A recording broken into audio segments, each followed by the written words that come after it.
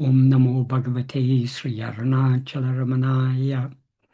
Namaskaram. Today I'm going to be talking about verse 160 of Guru Vācaka Kōvai. This is a kural, that means it's a two-line form of the Vemba meter. So it's a short verse, a very simple verse, but it's got, as always, with what Bhagavan said and Murugan has recorded in Guru Vācaka Kōvai, it's got profound meaning. The basic meaning of the verse is, the spurious soul who whirls about as I is just something that occurs as one among the shadows. The term that I've translated as spurious soul is Poli Uyir. Poli means what is the seeming soul. The seeming Poli means pole means what it to be like or to resemble. So Poli is something that resembles but isn't actually that. So anything that is spurious or but seems to be one thing, but it is not that, is what is meant by Poli. So this term Poli Uyir is often used by Bhagavan.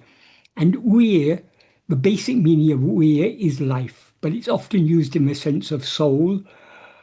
We can also translate it as spirit.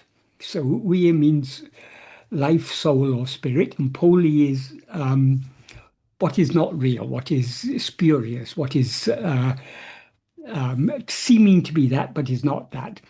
So the spurious soul who whirls about as I, obviously this is all referring to ego. And then he says, it's just something that occurs as one among the shadows.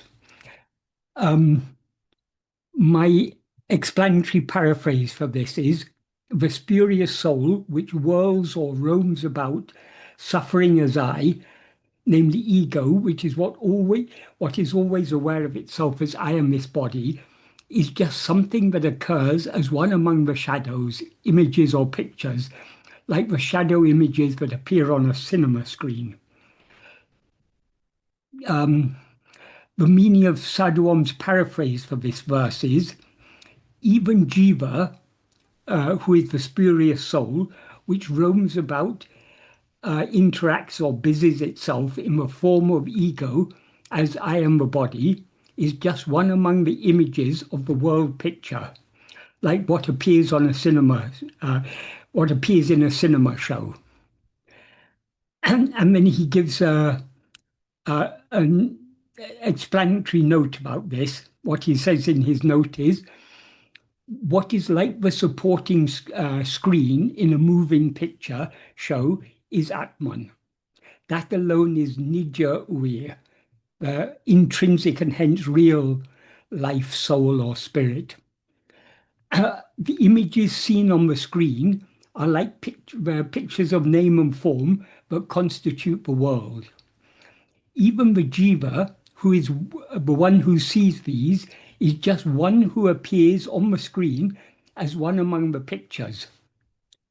If this Poli Uyir, this seeming imitation, false, deceptive, or spurious life or soul, who is an image, disappears, within brackets, if it undergoes Manolaya, annihilation of mind, only Ātman, which is the screen-like Ādhara, the base or foundation, awareness, will shine eternally without any differentiation whatsoever. And then he gives an analogy. A king seen in a cinema picture is a seer who is seeing his royal court. Is he his royal court there? Is he not? But at the same time, is he not also one among the images that constitute the picture? Likewise, even the Jīva, who is the one who sees the world, is not the real Uyir, the real life or soul, but just one among the images that constitute the unreal world appearance. And I also wrote a note on this. It's based on what Sadhu Om explained. I say, as Sadhu Om also explained, this verse is not intended to deny the distinction between the seer and whatever it sees. It simply points out that since ego, the seer, is always aware of itself as I am this body, it thereby sees itself as one among the images that constitute the illusory world picture, just as the dreamer always experiences itself as a person in its own dream. And as such, it is as unreal as the rest of the world appearance. That is, what is real in ego is only its fundamental awareness of being, I am. And since this fundamental being awareness, Sat-Chit, is not aware of anything other than itself, ego comes into being as the seer of forms, objects or phenomena, only when it grasps the unreal form of a body as itself, as Bhagavan points out in verse 4 of Uḻ-ḻ-Uṇarvu. Uruvam tānayin ulahu paramatran. If oneself is a form, the world and God will be likewise. Uruvum tānandrel uvatrin uruvate kan Uḻ-ḻ-Yavan evan. If oneself is not a form, who can see their forms and how? That is, it's only when we rise as ego and take ourselves to be the form of this body, but we see all the other forms that constitute this world. And since the body is not just the physical form, as Bhagavan clarified, the body, when Bhagavan talks about body, he's referring to the bundle of 5 sheaves. That is the physical form of the body, the life that animates it, and the mind, intellect, and will that operate within it. Since this bundle is what we experience as ourself, we experience physical forms that correspond to this physical body and mental forms that correspond to the mind. So, but we seem to be one among all these things because of our identification with this body. So if we separate ourselves from this body and remain as we actually are, then as Bhagavan says in verse 4, if oneself is not a form, who can see their forms and how? It's only by mistaking ourselves to be a form, but we see all these other forms. And the form that we mistake ourselves to be is just one among the pictures that constitute this world. That is what Bhagavan is saying here. It's a very nice point Bhagavan is making here, but it's something we have to think about very deeply to understand exactly what he's saying. Because he's not saying that that is, as Bhagavan often explained, ego is Cit-jaḍa-granthi. Cit-jaḍa-granthi means Chit is awareness, referring to pure awareness. Jada is what is not aware, in other words, all objects, and granthi means a knot. So ego is a knot formed by the entanglement of awareness with what is not aware. The awareness is the awareness of being, I am, which is now mixed and conflated with this body consisting of 5 sheaths. Only when we experience ourselves as this body of 5 sheaths are we aware of all these other things. But these 5 sheaths are a part of this appearance. So it's only when we in a dream, we always experience ourselves as a person within the dream. That is why, though the dream is our own creation, when we're actually dreaming, as the dream person that we seem to be, we seem to have no control over the world that we ourselves have created, because we've limited ourselves as a small part of our own creation. And that's why we experience so many things in dream, but we're not able to control what we're experiencing. If we're being chased by a monster, we can't just will the monster out of existence. Though the monster is our own mental creation, the monster and everything else in the dream seems so real because we take ourselves to be a part of that dream. Namely, we take ourselves to be a person within that dream world.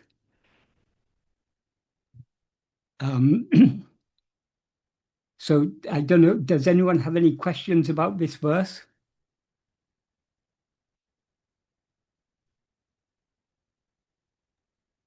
Yes, Michael. I don't know if anybody else has. I'm just want to just a quick clarification. This is known as Ahandai Mudi, right? Ahandai Mudi, the knot of the ego, or the Yeah. shadow, the Poli, Uyir, or the spurious soul, the shadow, the seeming soul, or the shadow. Yes. Now, my quick question here is, when we refer to Brahman, though, that refers to everything other than no other than ego, right? Ego is not referred to. I mean, the names, Well, forms, the underlying we can't say substratum. Brahman is everything other than, because Mhm. nothing is other than Brahman. Brahman is Right, like the screen. The pictures on right. the screen have no existence independent of the screen. Hmm. If you've got a projector and you project a picture out into the open air, you're not going to see any picture. You need the screen there. Only on the screen the pictures appear. So Brahman is the ground, the Oh, Adhara, the I, Adhisthana, the basis for all these things. I see. So nothing has any existence independent of Brahman. But all these things seem to exist in the form of ego. Sorry, seem to exist in the view of ego. And ego always experiences itself as one among its creation, as a part of its creation. So then, I mean, I thought generally Brahman refers to the names, forms, object, the phenomena, as well as the underlying substratum. Is that Yeah, true? well, the names and forms have no existence independent of the underlying substratum. Okay. Bhagavan uses the analogy in verse 13 of Uḻ-ḷ-Uṇarvu. He uses the analogy of gold and ornaments. He said the ornaments are unreal. All the many ornaments are unreal. Do they have any existence other than the gold?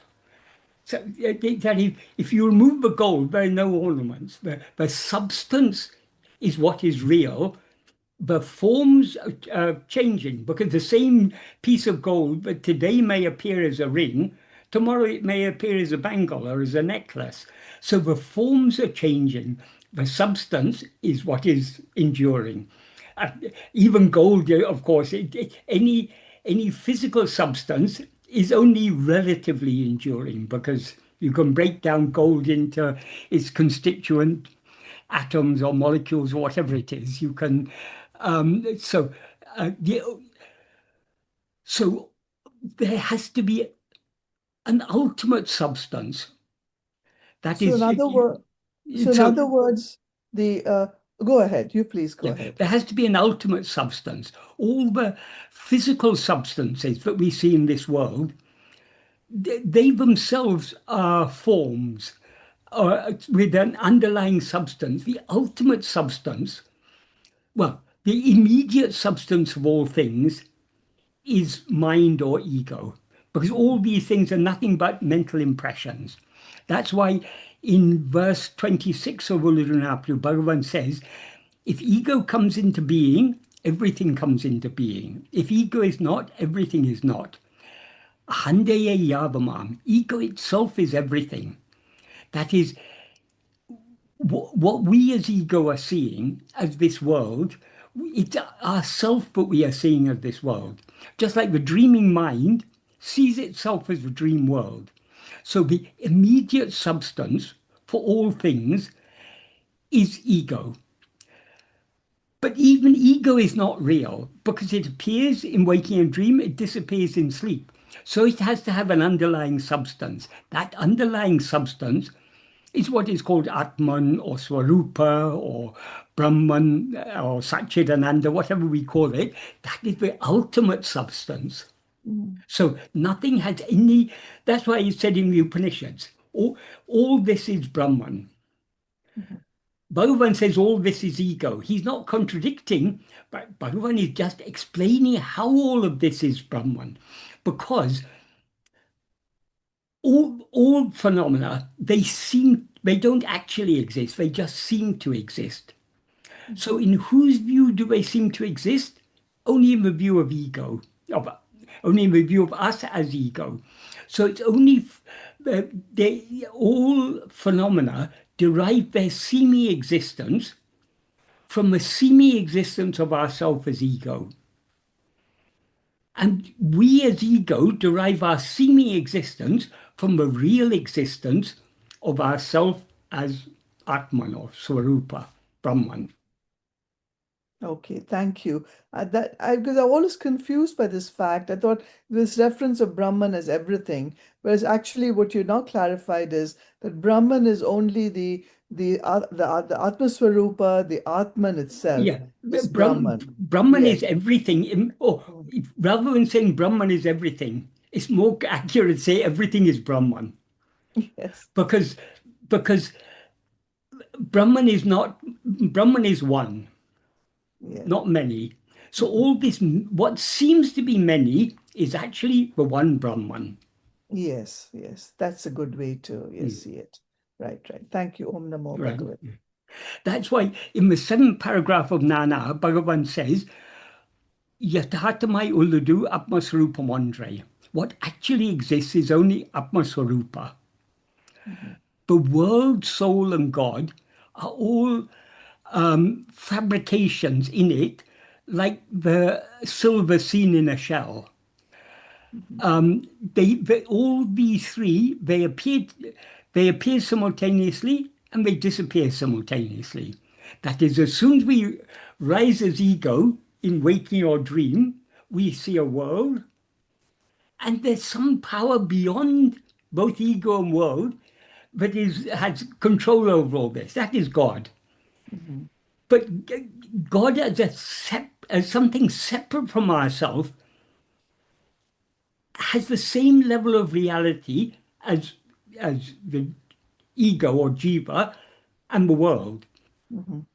But just like the reality of Jīva is Brahman, the reality of the world is Brahman, the reality of God is Brahman. So what we call God is Brahman as it appears to us from our limited perspective as ego. That is, we see ourselves as some supreme power that is controlling or driving all events, making everything happen as it's meant to happen. That power, that Ishvara, that is controlling all of this, is actually nothing other than ourself. But it seems to be separate from ourself because we have limited ourselves.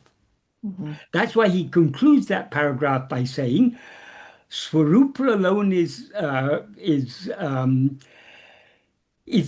world, Swarupa alone is I, the Jīva, Swarupa alone is God. Everything is Shiva Swarupa. Yeah. So even to break up into God, Jiva, and world is wrong We because are seeing the one as many. they're all one. That's one. Yeah, Ekam yeah, evam advaitam. It's yeah, all is one. Right, yeah, right. yeah, Okay. yeah. Yes. Okay. Thank you. And what is that one? Tattvamasi, you are that. So Yes. if we want to know that one, if we want to know Brahman, we can't know Brahman as something other than ourselves. We have to know, if we know ourselves, we know Brahman. Because Brahman is what we actually are. Right. Yes. Thank you. It's actually so simple. But Yes. it appears confusing because this is Maya. Maya makes the one. What is simpler than one? The simplest of all things is one. Yes. But Maya creates this appearance of multiplicity, which is all this confusion. And that Maya is nothing but ego.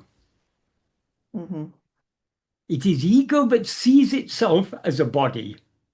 Thus it veils its real nature. That's the Varana Shakti, the veiling power of Maya. And having limited ourselves with this body, we then see a multitude of other things. That is the vikshepa, the power of dissipation. Yes.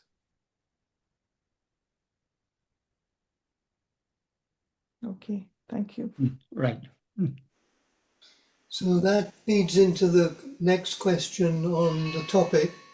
If ego creates everything we see in the world, what is God creating?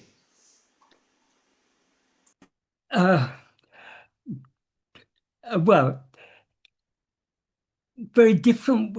That is, to say that ego creates everything, if you say that the vast majority of people, whether they are religious people or worldly people, it will be something they just won't be willing to accept it because they think the world to them seems to be something that exists independent of ego.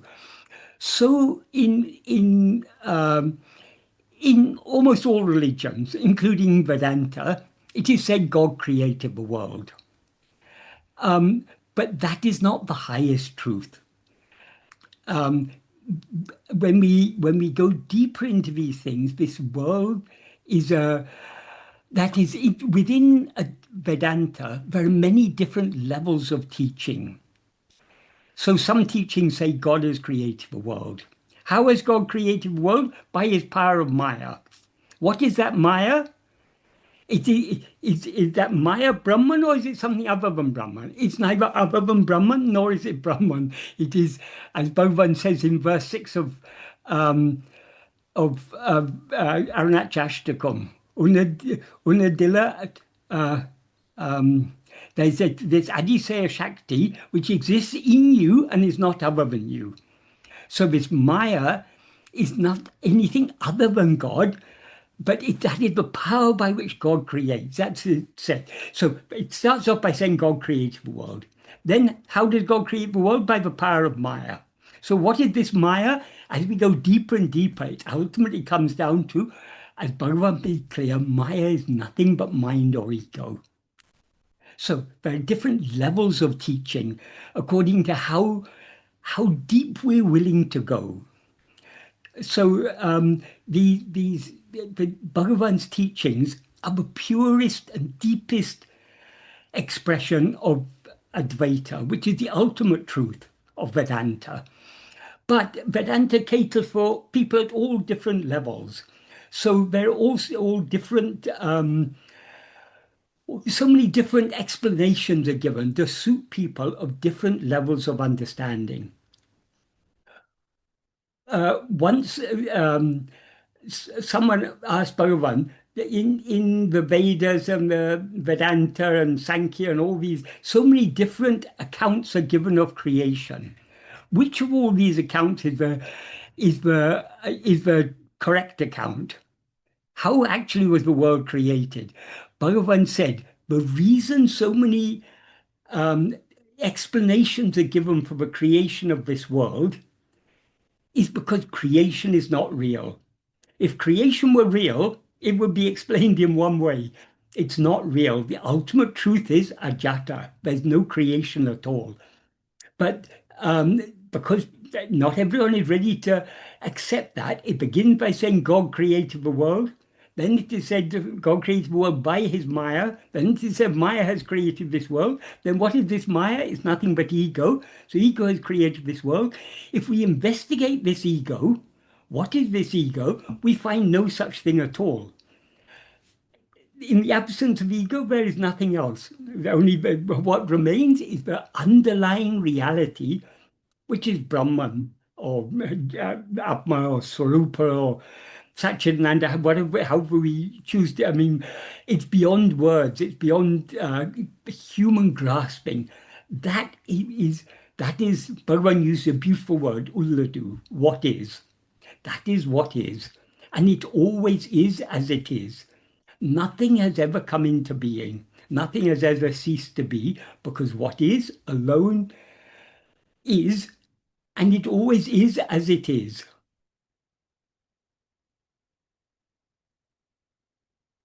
But even in the deeper teachings given by Bhagavan, I mean, Ajāta is the ultimate. But as Bhagavan made clear, Ajāta is not a teaching, because in Ajāta there's no one to teach, no one to be taught. There's no need of any teaching.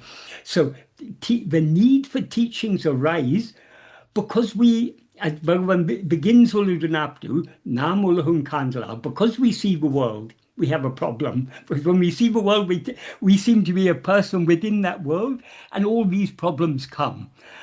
So Bhagavan gives his teachings from the perspective of Dṛṣṭi-sṛṣṭi Vāda. That is, that there's no creation independent of our perception. Just like a dream, the dream world doesn't exist independent of our perception of it. It's not that there was a dream world there and we come into a dream and see it. No, the dream world is created by our very act of seeing it or perceiving it. Likewise, this world is created by our act of perceiving it. So at this level, is there any role for God? Bhagavan says, yes, there is a role for God. Because just like the dream is our own creation, but because we experience ourselves as a part of the dream, we have no control over the dream. So there must be something that is controlling what appears and what happens in the dream. There must be some power controlling it. What is that power? It's nothing other than ourself, but it's not ourself as the one who seems to be part of that dream. So God has a role as regulating all these things. As Bhagavan says in Nana, that one Parameśvara Shakti, that one supreme divine ruling power is driving all karyas. He's making everything happen as it's meant to happen. So that is, God has so long as we see the world, God has a role to play. And that role is basically controlling everything. Most importantly, we do actions, but our actions are motivated by desires. And because actions motivated by desires are in some way or other selfish. So we have to experience the fruit of those actions. So God is that power that allots the fruit of our actions, decides for which action, which fruit is to be experienced, when it is to be experienced. So it is God who allots the Prārabdha, which is the fruit of our past actions, that God has selected for us to experience in this lifetime. So our whole experience throughout this lifetime is the fruit of our past karmas selected by God for us to experience. So in that sense, though this all a creation of ego is not controlling what it creates. By rising as ego, we create all this. But what it is that we create, that is controlled by God. So in a sense, it is true to say that God has created all this. It's not entirely untrue, but it's not in the simple way that it's usually understood. Is that a clear answer?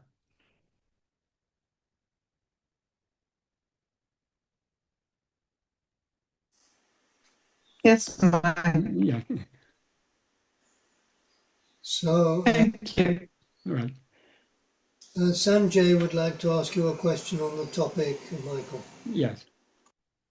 So, sir, there's slight confusion in this verse.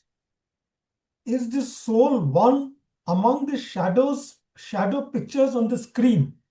Or is the soul projecting the picture, and in that picture there's a person whom the soul takes itself to be?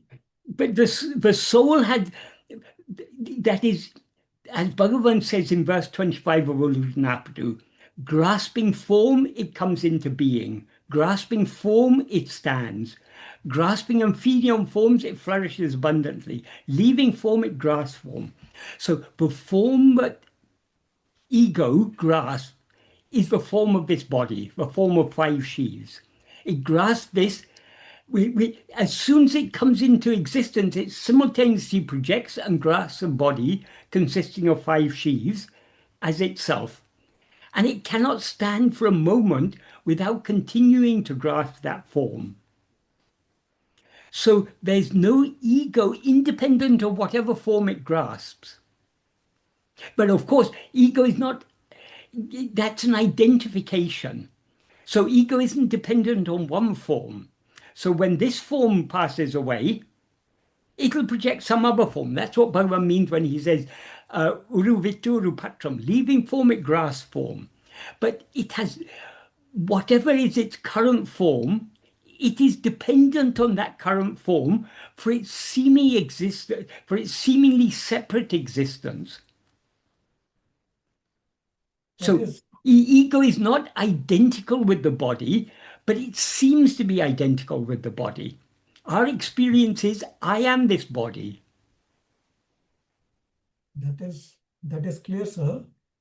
So when in this case, the ego and the person are different. Ego and person are different, but ego is projecting that person. So that Yes.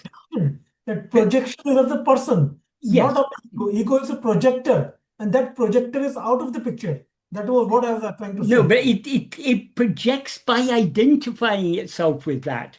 That's so all right. though ego is distinct from whatever person it seems to be, it has no seeming existence independent of some person or other.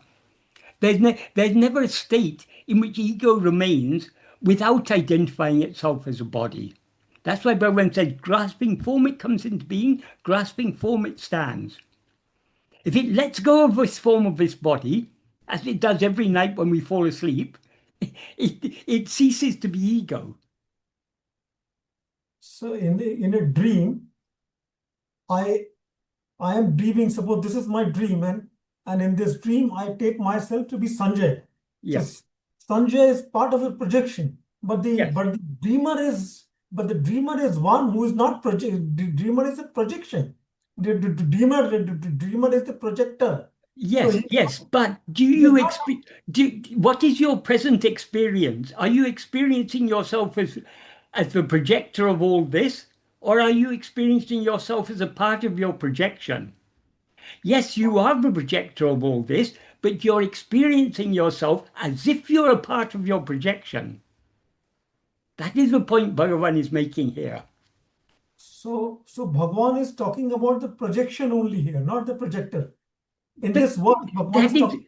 We project all this only when we identify ourselves as a body. That is, there's no state of ego independent of a body.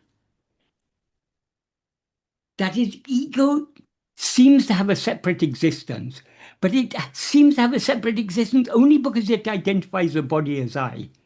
That's why Bhagavan said, we have to think very deeply about what Bhagavan says. In that verse 25 of Uḻ-ḻ-Uṇarvu, he refers to ego as a Uruvatra Payahande, the formless demon ego. If it's formless, it's got no separate existence. It's only forms that have separate existence. So in its formless condition, it's nothing other than pure awareness. So then it's not ego. It's only when it grasps the form, or projects and grasps a form, that it becomes ego. So, sir, in this verse, when Bhagavan talks about the spurious soul, he is not distinguishing the projector from the projection of the person. He is not distinguishing here. It's the same He's thing. talking about our actual experience. He's talking about the underlying truth is it's our job to make that distinction. But so long as we experience the projection, we experience ourselves as a part of that projection. Got it, sir. So long as we experience ourselves as a part of this projection, we are caught up in Māyā. We are bound. So the aim of Bhagavan's teaching is for us to separate ourselves from this false identity. But when we separate ourselves from this false identity, we cease to be ego, we cease to be the Poli Uyir, the spurious soul. We remain as we always actually are. Bhagavan is showing here how ego is intimately bound up in its own creation. Without its creation, it is not ego, it's just Sat-chit. You said a beautiful thing, sir, today, that in a way, this world is a creation of God in a certain sense. In a certain sense, yes. Yeah. So that's a That new. is the scriptures, they give many different levels of explanation. They're not lying, but they're different ways of viewing the same thing. That is why the word, there's in Indian philosophy, there's no exact equivalent of the term philosophy. But what they do talk about is darshana. Darshana means view. So there are multiple views, because there's so many different ways we can see the same thing. So all these different philosophies, the Nyaya, Vaiseshika, Sankhya, Yoga, Purva Mimamsa, Uttra Mimamsa, Vedanta, all these, I mean, these are big general terms, because within each of these, there are many different ways of viewing it. Vedanta is one of the 6 main views. But within a Vedanta, there are so many different views. So that is the scriptures, the sastras cater for people, cater for our needs at different levels of spiritual development. So they're not cheating us by telling us false stories. They're pointing us in the right direction. So at a certain stage, it is appropriate to consider this world as to be a creation of God. Where people say, the world is such a beautiful place, such a wonderful place, the wonders of creation. Yes, so long as we consider it to be wonderful, take it to be a creation of God. But then we also say, oh, but it's so terrible, there's so much suffering, how God allows all this.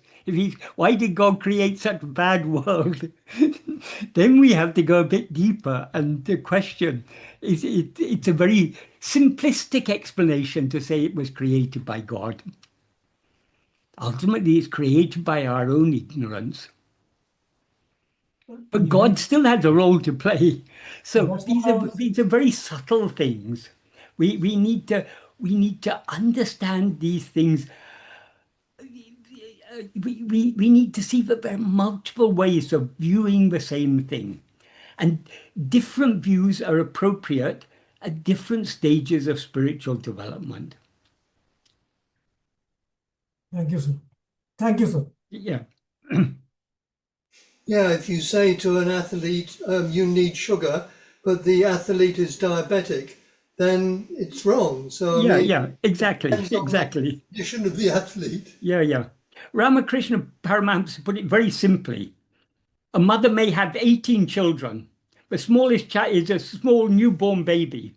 The eldest one is already an adult. She's not going to give the same food to all 18 children. She's going, according to their age and their development, different foods are appropriate. So she gives the food that is appropriate to the child at that particular stage of development.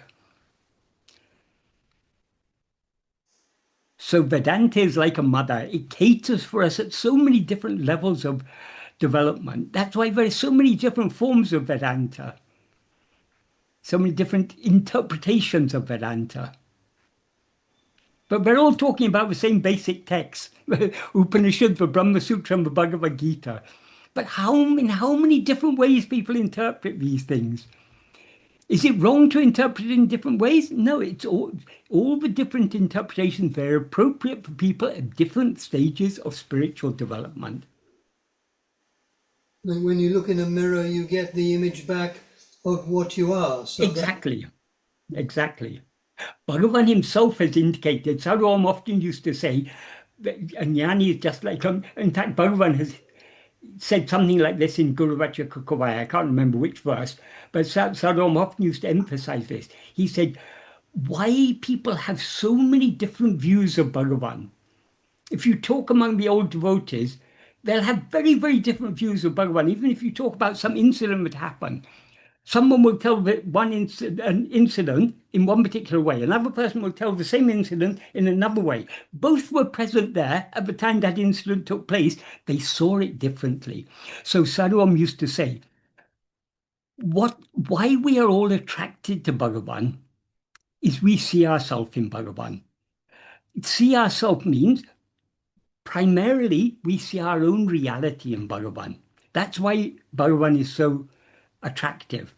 But we not only see our own reality in Bhagavan, we see all our limitations in Bhagavan.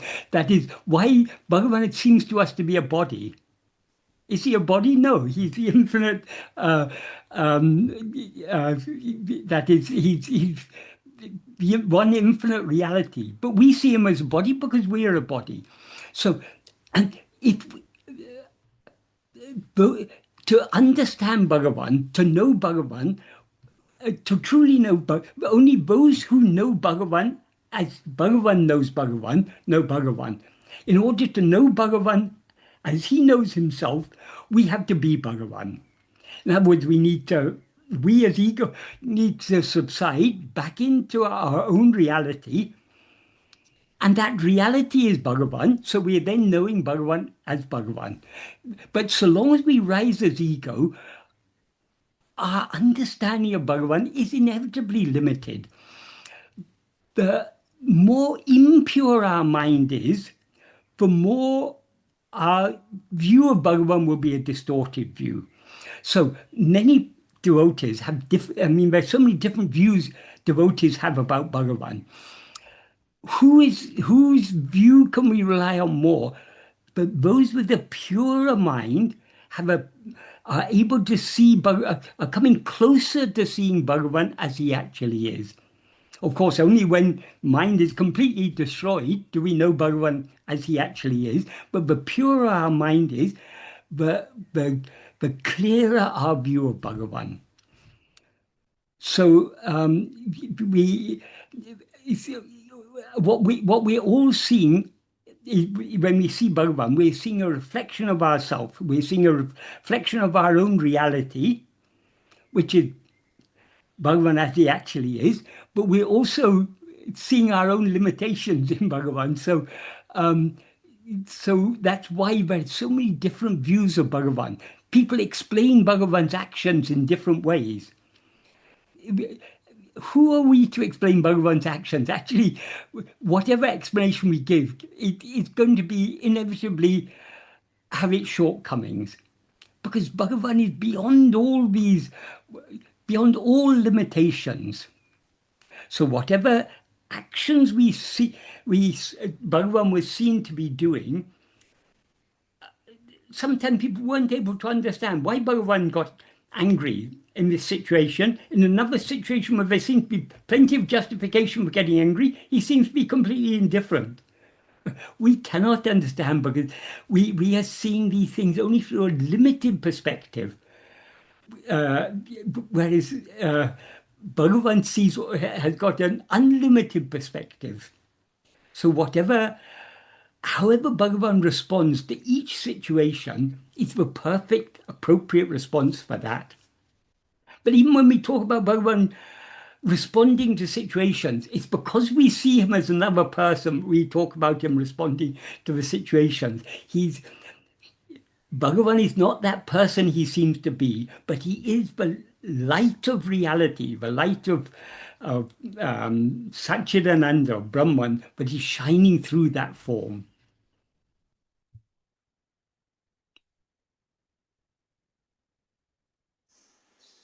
We've got one more question on the topic. Okay. Namaskaram, Michael. In the context of this verse, of the three concepts, aham, idam, and sarvam, only aham, or reality, exists, while idam and sarvam are imagined. Is that right? When we say all, sarvam, we can understand it in two ways. We can say, yes, I is the ultimate reality.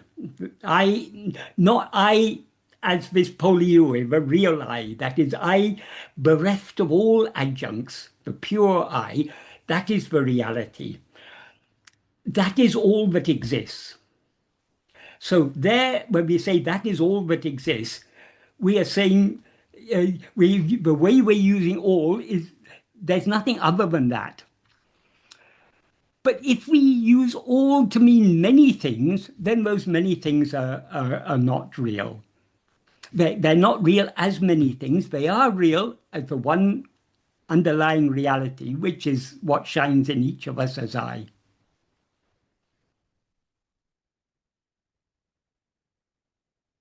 Okay, thank you. Thank you, Michael. Right. Was that a clear answer? Yes, it is. Thank you so much. Yes. Okay, so now we can turn to the email questions. And the first questioner has two questions. First one, while practicing self-abidance, at times there is activity, sounds, sights, etc., yet it is all yourself perceived as your own activity. Is that a correct understanding? Not quite.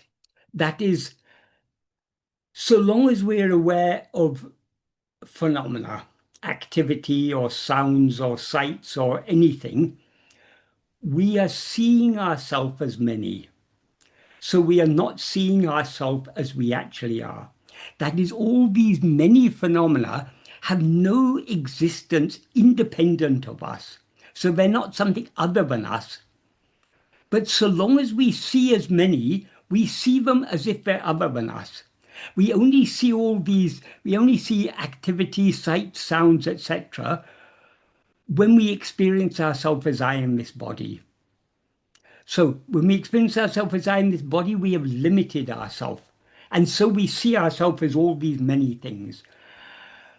None of these things have any existence independent of ourselves. So they all ultimately are only ourselves. But what we actually are is one. So when we see ourselves as many, we are not seeing ourselves as we actually are.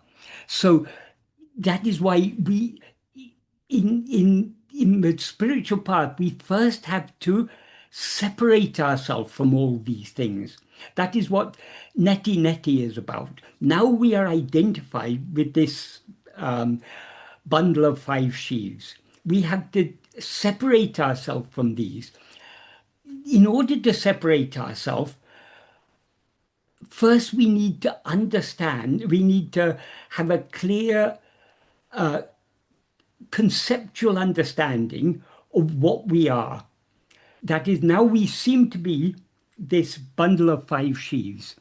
So we need to distinguish ourselves. All these 5 sheaves, this body, the prana, the mind, the intellect, the will, these are all objects known by us.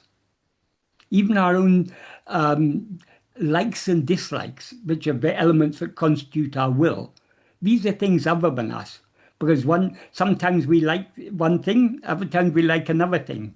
We may like a certain very tasty food, but if we eat too much of it, we're disgusted by it. So the likes and dislikes come and go. All these 5 sheaves, and everything of which these 5 sheaves are constituted, all are appearances. They appear and they disappear. In whose view do they appear and disappear? In our view. Since we exist, whether they appear or disappear, we are something separate from these things. So we first have to distinguish ourselves as the seer or the knower, the experiencer, from everything that we experience. So we first have to reject everything. What is the practical way to reject everything? So long as we're trying to reject these things, our attention is on them. So we're never going to be able to separate ourselves from them by trying to reject them. In order to separate ourselves from what is unreal, all we need to do is hold on to what is real. This is the great clue given by Bhagavan. That's why Bhagavan, But Bhagavan, of course, accepted Neti. Neti is the analytical process by which we come to understand that we are something distinct from all these things. But so once we understand that we're something distinct from all these things, Neti has served its purpose. The actual practice, as Sadhu Om said, it's not Neti. Neti is the foundation, is the preliminary. But the actual practice is iti. That in Neti means not thus, not thus. Iti means thus. So what is it that iti, what we actually are, that we need to hold on to. So what we actually are is that awareness in which all things appear and disappear. That awareness to which all things appear and disappear, however we want to. So we need to hold on to that awareness that we actually are. To the extent to which we hold on to that awareness, our being, what we actually are, we separate ourselves from these things. Why? Because none of these bundle of 5 sheaves is not holding on to us. We are holding on to this bundle of 5 sheaves and saying, I am this person, I am Michael, I am this body, I am this mind, I have certain opinions, certain views, I have certain likes and dislikes. We identify ourselves with all these things. So it's we who are clinging to these things. They are not clinging to us. So if instead of clinging to these things, if we cling to our own being, hold on to our own being by just attending to ourselves, all the other things will drop off, because we're no longer, to the extent to which we're holding on to ourselves, we're letting go of other things, so the other things drop off. So at the stage of practice, it's not useful to think all these things are myself, because we're giving legitimacy, so to speak, to these things. These appearances, they are just appearances. They appear in whose view? In the view of ego, ourself as ego. So to whom do they appear? We need to turn our attention away from whatever appears back towards ourself, the one that to which they appear. And that is what we need to hold on to ourself. So yet it is true in a sense, everything is ourself, because nothing can be other than ourself. But so long as we're seeing all this multiplicity, we are not seeing ourselves as we actually are, because what we actually are is one and indivisible. So we need to hold on to ourselves. All these other appearances will drop off, and what will eventually remain is the one infinite reality that we alone actually are. And of course, all those appearances were never anything other than that.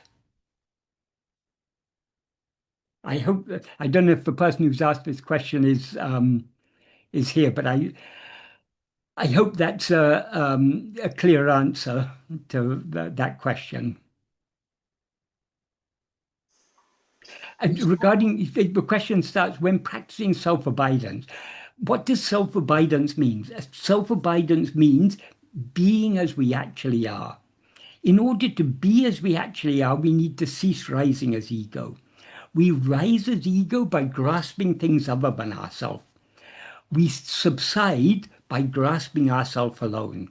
So when we turn our attention away from all the multiplicity, back towards ourselves, the one to whom all this multiplicity appears, we thereby subside. Where do we subside? We subside back into our being, which is the source from which we've risen. So being as we actually are, that is what is called self-abidance. That self-abidance is brought about by self-attentiveness. So what we're actually practicing, we're practicing self-attentiveness. The result of self-attentiveness is self-abidance.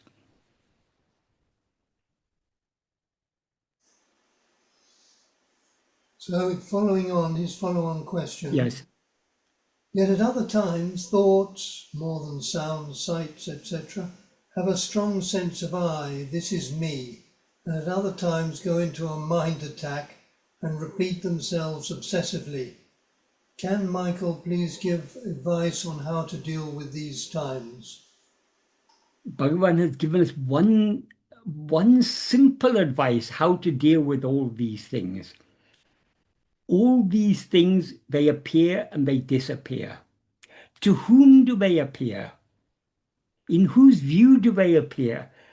In the view of ourself. So let's hold on to ourself, and to the extent to which we attend to ourself, we are thereby withdrawing our attention from all these things, so they will not disturb us. When they disturb us, it's because we've let go of ourselves and allowed ourselves to be carried away by all these things, which are all our own projections, the projection of our own vasanas, our own likes and dislikes and so on. So the way to this is what people often used to call Bhagavan's Brahmāstra. People sometimes used to ask questions and say, Bhagavan, I've got a question I want to ask you, but I'll ask on one condition: you shouldn't use your Brahmāstra. That is, you shouldn't turn it round and ask who is asking this, to whom are all these problems. Bhagavan said, okay, you ask. But inevitably he'll come back to his Brahmāstra, because that is the only effective way to deal with all these questions. His Brahmāstra is not simply his saying, for whom is this problem, or who is asking all this. His Brahmāstra is putting that into practice, turning our attention back to that. Is why Bhagavan is often asking, for whom is this problem? Who's asking this question? He's turning our attention back towards ourselves. We think all these phenomena are a problem. The problem is not the phenomena. The problem is our attending to the phenomena. The solution is not to attend to them. And the way to avoid attending to them is to attend to ourselves. Because if we try just to avoid attending to them, the very effort to avoid attending to them is paying attention to them. So that's not going to work. Even if we find some trick to withdraw our attention from all other things, a very well-known trick for this is pranayama. By controlling the breath, we draw the attention from all other things. But what's the result of that? The mind subsides in Manolaya. Manolaya means it's a temporary dissolution of the mind. In order to bring about the permanent dissolution of the mind, the only solution is to hold on to ourself. When we hold on to ourselves, we are thereby withdrawing our attention from all other things, but we're not going to, so long as we're holding on to ourselves, we're not going to subside in laya. So if we hold on to ourselves firmly enough, it will lead us directly to nasa. If our hold on ourselves falters, if we slacken our hold on ourselves, pramada occurs. Pramada means inattentiveness. Pramada can occur in one of two forms. Either we get carried away by thoughts again, or we subside in sleep or laya. We have to remain balanced between succumbing to thoughts on the one hand and succumbing to laya on the other hand. In order to remain balanced between these two, the means is to hold on to self-attentiveness. So that is why this is sometimes referred to as the razor's edge. This holding on to self-attentiveness is like walking on a razor's edge. We shouldn't fall this way, we shouldn't fall that way. We have to remain in a state of samadhi. Sama means balance, equilibrium.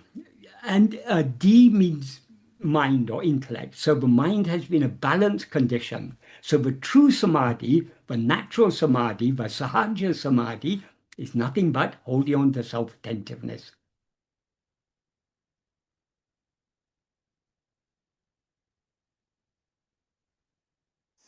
I hope that was an adequate answer for that question. Yes. Right. Were my answers, both answers, clear?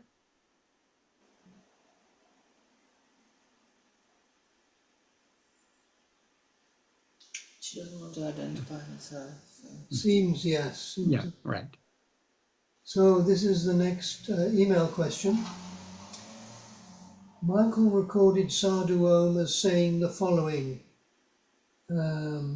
PISA dated 12th February 78. I don't know what that is. That's paramount importance of self-attention. Okay, right. Sadhu Om. The culture in India provides Hindus with many outlets when the pressure becomes too great. Even before I knew Bhagavan, I used to take days off work just to go to a lonely place to weep for God. To have satsang with the right friends can also be a great help during rough periods. Shravana and Manana are also important at such times. They are like protective fortress. My question is regarding the first sentence, namely, the culture in India provides Hindus with many outlets when the pressure becomes too great. What exactly is Sadhu Om trying to convey here? In what way is the culture in India different from other cultures in this regard? Right. Well, this is one sentence. If you read it in context of the whole passage, it is clear. That is what he's talking about in this context. He's talking about the ultimate aim of all spiritual practices is to change, is to bring about a change in our in our whole view, our whole perspective, our whole point of view. Now we experience ourselves as I am this body, and we consequently experience the world to be real. The goal is to experience ourselves as we actually are, which is the one infinite, indivisible Satchidananda. This is a radical change of outlook that is to be brought about. Grace, that is Bhagavan, Sadhu Om says there, Bhagavan is like a very skilled surgeon. He knows how to perform the operation. He knows the correct speed at which to perform the operation. So this is a very intricate operation he is performing on each and every one of us to bring about this change of outlook. This has to be done very carefully, very delicately, because if the process is rushed too much, it can lead to sometimes people lose their mental balance following the spiritual path because they're trying to go too fast. So the role of Guru is to regulate this. So Bhagavan is there in the heart of each one of us, regulating our progress on this path, not allowing us to go too fast or too slow. If we begin to become too slow, he'll give something to shake us out of our complacency. If we try to go too fast, he'll do something to slow us down. So the process, it goes on in a well-controlled way. That's the context in which Sadhu Om says this. So the pressure he's talking about there is the pressure that spiritual aspirants feel. We all feel pressure. We feel we are caught between the world. We are neither fit for this world, nor are we fit for spirituality. We still have so many Vishaya vasanas. So there's so many pressures we are potentially under. So there's so many ways to deal with this. Why Sadhu Om singled out Hinduism or the Indian culture in that context, they're more or less similar, synonymous. Hinduism is not a single religion like other religions. It's a whole family of religions. There's so many different spiritual paths, different practices, different belief systems, and so on. These are to suit people at different stages of spiritual development. So there's something for everyone within Hinduism, which is why after so many thousand years, it's still such a, even in this modern materialistic age, it's still such it still has so much vitality in Hinduism because it caters for people's needs. at all different levels. It caters for emotional needs and the deeper needs. I mean, in so many ways, it caters for our needs.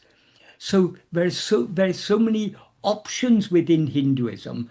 So some people are not interested in this philosophy. They consider what we're talking now, oh, this is all dry philosophy. I'm not interested in this. I just like to worship my Ram or my Krishna, and there's something for them. Other people are interested in other types of philosophy. Some people are interested in Nyaya or Vaiseshika or Sankhya, or different. But some people are interested in yoga practices. There's something for everyone. And all these things, they all have a role to play. They're not the ultimate path, but they all are like tributaries leading to the one great river that will lead us back to the ocean of nirvana, of kaivalya, whatever we call it, moksha. And the ultimate river we all have to join is this river of Atma Vichara and Atma Samarpanam, self-investigation and self-surrender, which are two names for, ultimately, they're two names for one and the same practice. But there's so many supporting things. Like Sadhu Om mentions in that passage you quoted, he mentions Sravana Manana. He mentioned going to a lonely place and weeping for God. These are all different options that are available for us. And there's so many different options accordingly, which will be suitable for us. I mean, some options will be suitable for us at one stage of spiritual development, not at another stage. So there's something for everyone. That is what he's was pointing at there. Is that clear? Yes, it is clear. So it is not one size fit all in Hinduism. No, it's not. Like in other religions, it's one size fit all. Yeah, Christianity means only this. You can't deviate. Even in other religions, there's so much variation, actually. Even in a religion, for example, Islam, where there's one book. But that one book is interpreted in so many different ways. The great Sufis understood it in one way. Other people understand it in another way. In Christianity, there's the Bible. It's interpreted in so many different ways. So there's variation in all religions because people are different. So people see the same thing is seen differently. But in Hinduism, there's a huge amount of options available, more than in any other culture. So I was reading some of the Sufi saints and poets. Yeah. Their poetry is coming to nearer to Vedanta in some ways. Very, very, very much. A lot of them, yes. You can find it in with Sufi saints, even Christian mystics, because ultimately, the ultimate truth is one. It may have so many expressions, there may be so many different ways of approach towards that, but ultimately, the ultimate reality is one. Ekam eva advaitiyam. So because they seem to be breaking away from the traditional Islam, the Sufi saints, in some ways. Yes, that's why some Muslims don't agree with Sufism at all. Some can consider that is the true Islam. So it's different ways. Different people view the same thing in different ways. So, sir, we are fortunate to be born in this culture where we have so many options: yoga, bhakti, yoga, jnana, vasishta, so many sankhya. So that is what he's saying here, Sadhu. Yes, because of that, if this doesn't suit you, you can go, you can shift somewhere else. Yeah. That is what he's trying to say. Exactly. Thank you. Thank you. All right.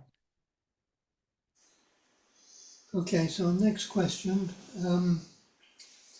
I'm following and practicing Bhagavan's teachings through your videos and find them helpful. Thanks for the same.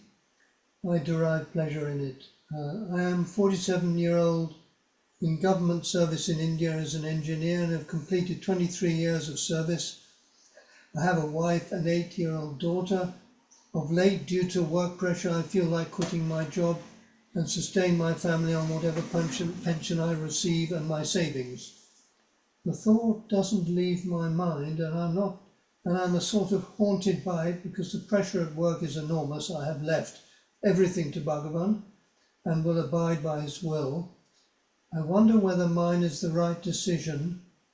I like the simplicity of Bhagavan and myself lead a simple life.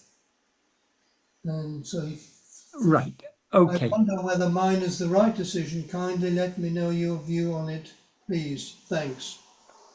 Okay. We don't actually have to worry about the decisions we make concerning our outward life, because the outward life is already determined by Prārabdha. If we make a decision that is not in accordance with our Prārabdha, the Prārabdha will overwrite our decision.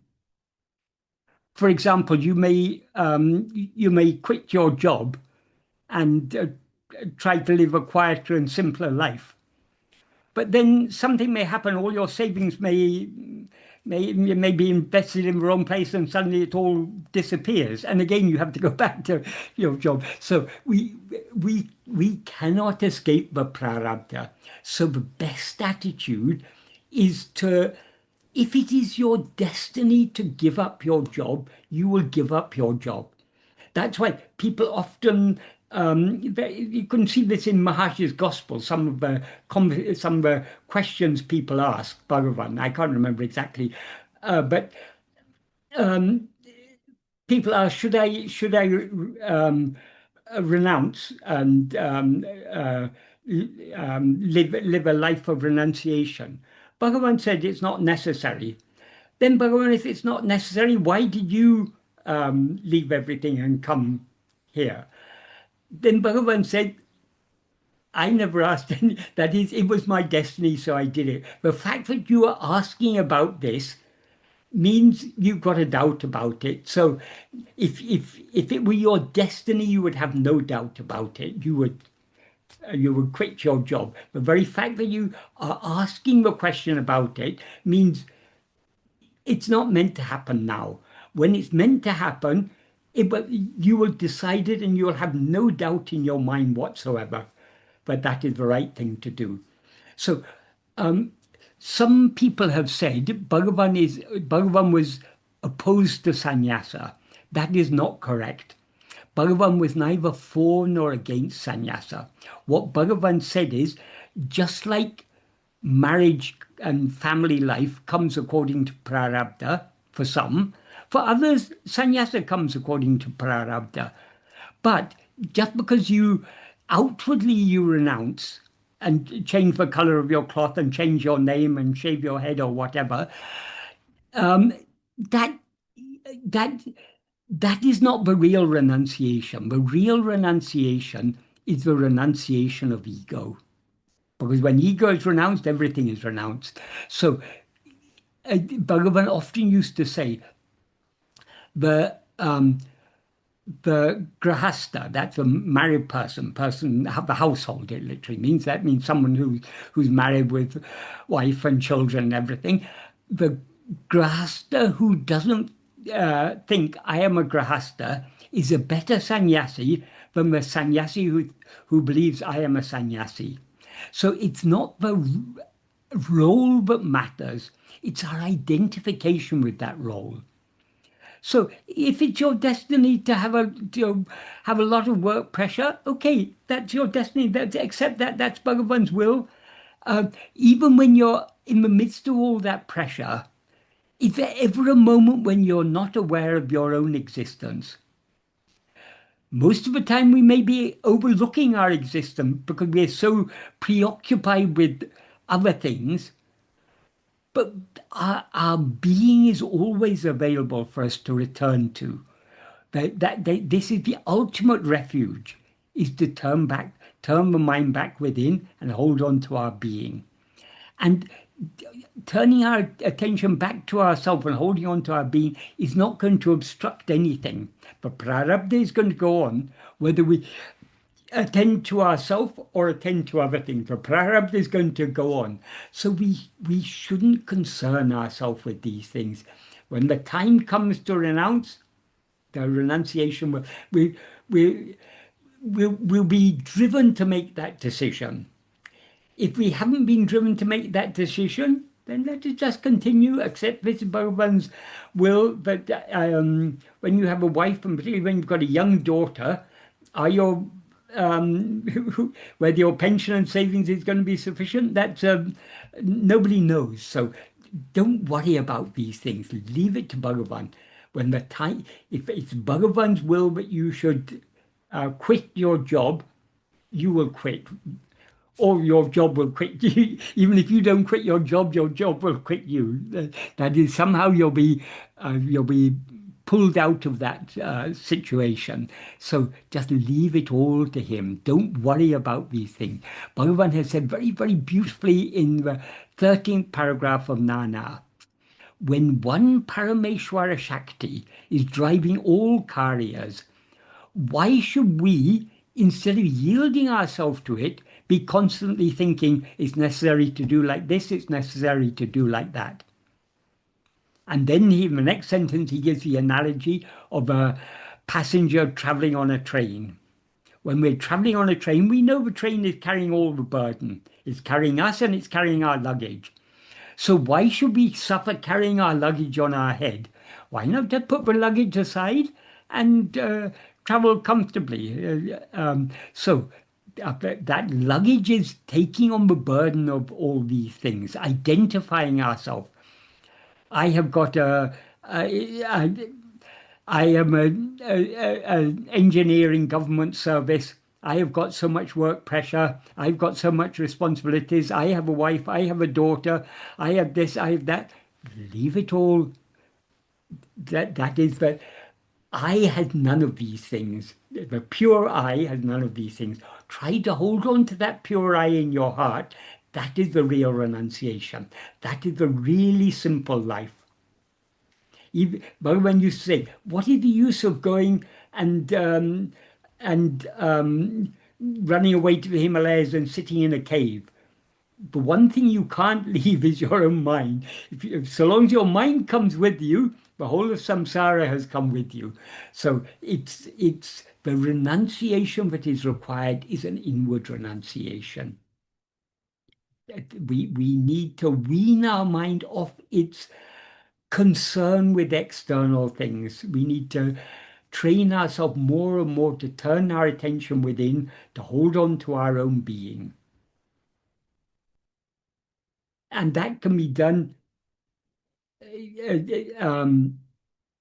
Bhagavan sometimes used to say, if you cannot hold on to self-attentiveness in the midst of a battlefield, you won't be able to hold on to self-attentiveness even if you sit in a cave in the Himalayas, because it's the mind is the problem. It's not the external circumstances that are the problem.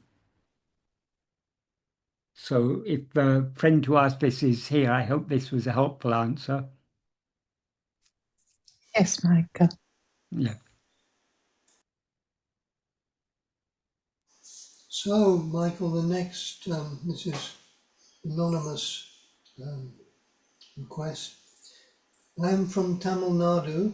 My mother is seeking a groom for me through an arranged marriage. I am practicing the teachings of Ramana Maharshi for a few years. I'm not particularly interested in marriage, but also I don't want to stay in the way of my mother's duties. I would like to know what Ramana Maharshi has spoken on this topic. Should I discuss about my practices to the groom or keep quiet? I also think it is not good to just not talk about teachings because it is very important to me now. I feel confused. I really want to follow these teachings, and I kindly seek guidance and clarity on this subject. Thank you for your time and considering my request. Okay, this is somewhat similar to the previous question, or at least the answer to it is somewhat similar. That is, if it is our destiny to get married, we'll get married whether we like it or not. If it's not our destiny, it won't happen. So all these things we can just leave to Bhagavan. And our destiny, our Prārabdha, as Bhagavan often used to say, whether you call it Prārabdha or call it the will of God, it's the same thing. That is, the Prārabdha is nothing but the will of God. It's the will of Bhagavan. So let the Prārabdha take its own course. Regarding discussing the practices to the groom, well, it all depends on circumstances. In many traditional marriages in India, particularly in old days, the bride and groom wouldn't even have a chance to talk before the wedding. They would probably see each other, but hardly have a chance to talk. But if you do have a chance to talk to whoever is selected as a groom, it is good to open your heart. Talk about your love for Bhagavan. If he may also be drawn to the same things. If he's not drawn to the same things, if you find he's not drawn, then maybe he's not the right person. You can say to your mother, but if that's the person you're destined to marry, it's going to happen anyway. But I mean, we just have to be very, everything is, that one Parameśvara Shakti is driving all karyas. So if you have the opportunity to talk to him, and if you feel the inclination to talk to him about your love for Bhagavan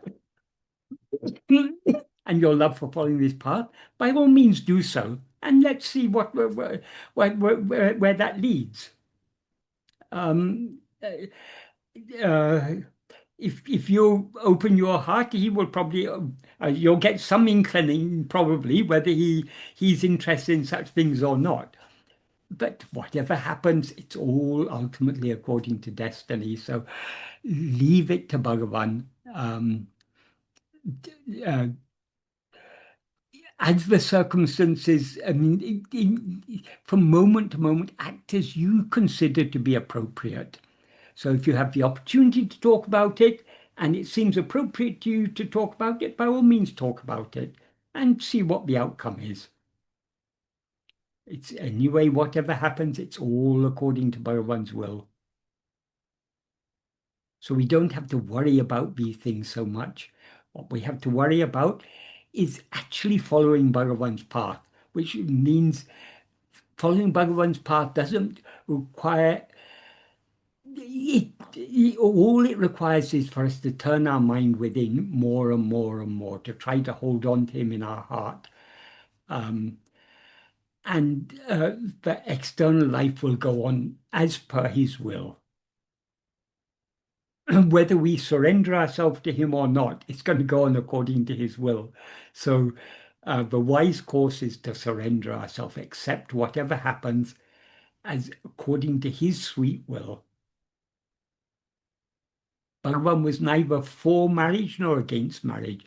If it's our destiny, we'll get married. If it's not our destiny, we won't get married. So let's not concern ourselves too much with these things. They will happen as they are meant to happen. As Bhagavan said in note he wrote for his mother, Endrum naduvadu, envichikanum naduvadu.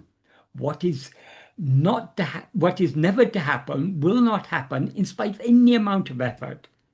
Nadapadu entareseyanum niladu. What is to happen will not stop in spite of any amount of obstruction. Iduveitinam, this is certain. Ahalin monamai irakainandru.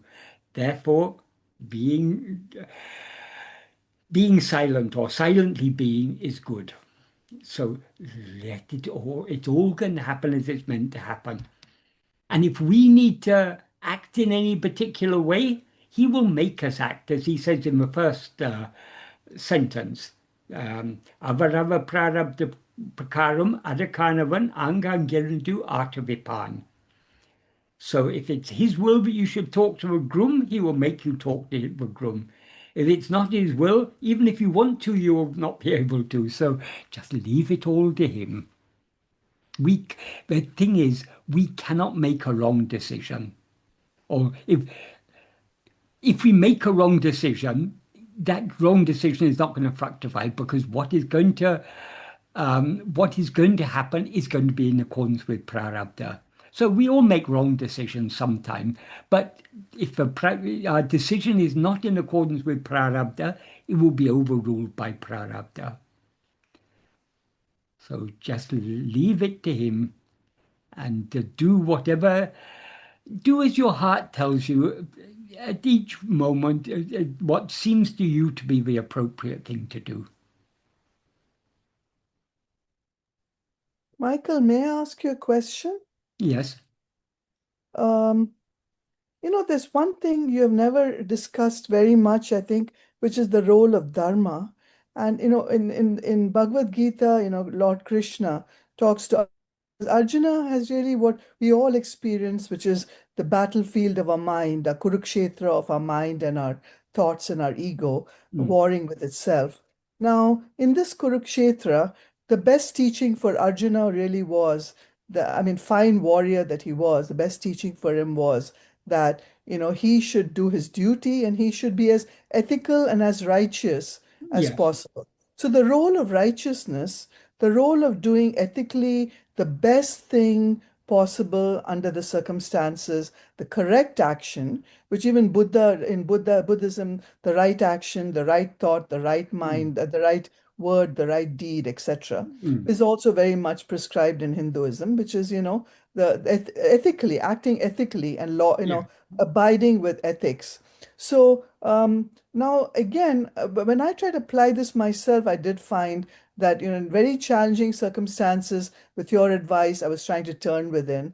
But later maybe regretted, should I have been turning within or should I have been acting? But I realized, though, in turning within was actually very good advice, because even abiding in the self, or briefly abiding in the self for a moment, momentarily, was very valuable, in that when I came out and did appear to act and take some action, that action may not have been such a bad action. I mean, in retrospect, in hindsight, that it might have been okay. Although sometimes, because we always have this thing that hindsight is 20/20, and we look back on our lives and say, I regret all the terrible mistakes I made, and I was a terrible sinner to have made all those mistakes.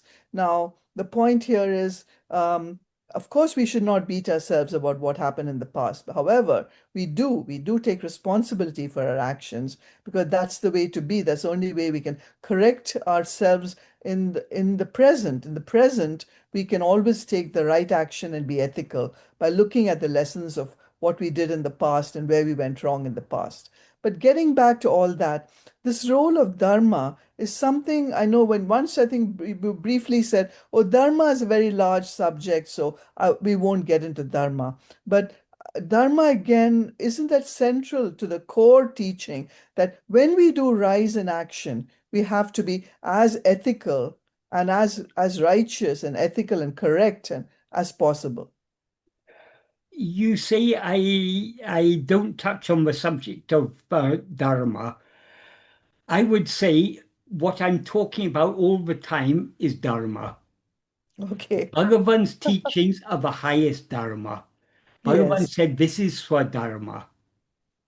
Your I know, but Dharma is to be, not to be this or that. If we follow Bhagavan's path, that takes care of everything else. Adharma, unrighteous actions, where do those from what do the unrighteous actions proceed? They proceed from ego and its vasanas. By following Bhagavan's path, we are keeping the rising of ego in check. We are keeping we are refraining from being carried away by our vasanas. So if we are truly following Bhagavan's path, we are thereby uh, fulfilling all the other dharmas. I completely agree. That is Yeah. why Krishna says at the end of the Gita, Mhm. Sarva Dharma Parityagi, give up all your dharma, surrender to me. Because Dharma is such a complex thing. How do we know what is the right thing or the wrong thing to do? We all, there's so many situations in life, there's so many dharma sangadas, that is, situations where if you do this, it seems wrong. If you do that, it seems wrong. What is the right course of action? We cannot know ultimately. The highest dharma of all is to surrender ourselves completely. If we surrender ourselves, we cannot go wrong. We cannot do our dharma. So the highest dharma is to surrender all dharmas and take refuge at his feet alone. How Yes. do we do this in practical terms? We try our best to follow Bhagavan's path by clinging to self-attentiveness more and more and more. Yes. I mean, So, I absolutely agree with yeah, that, yeah, Michael. However, just as Krishna in the Bhagavad Gita mentions, I mean, at the level, even as Bhagavan himself did, at the level that everybody can accept a teaching, at the lower level that Arjuna was, or the lower level that I'm at, for instance, yeah.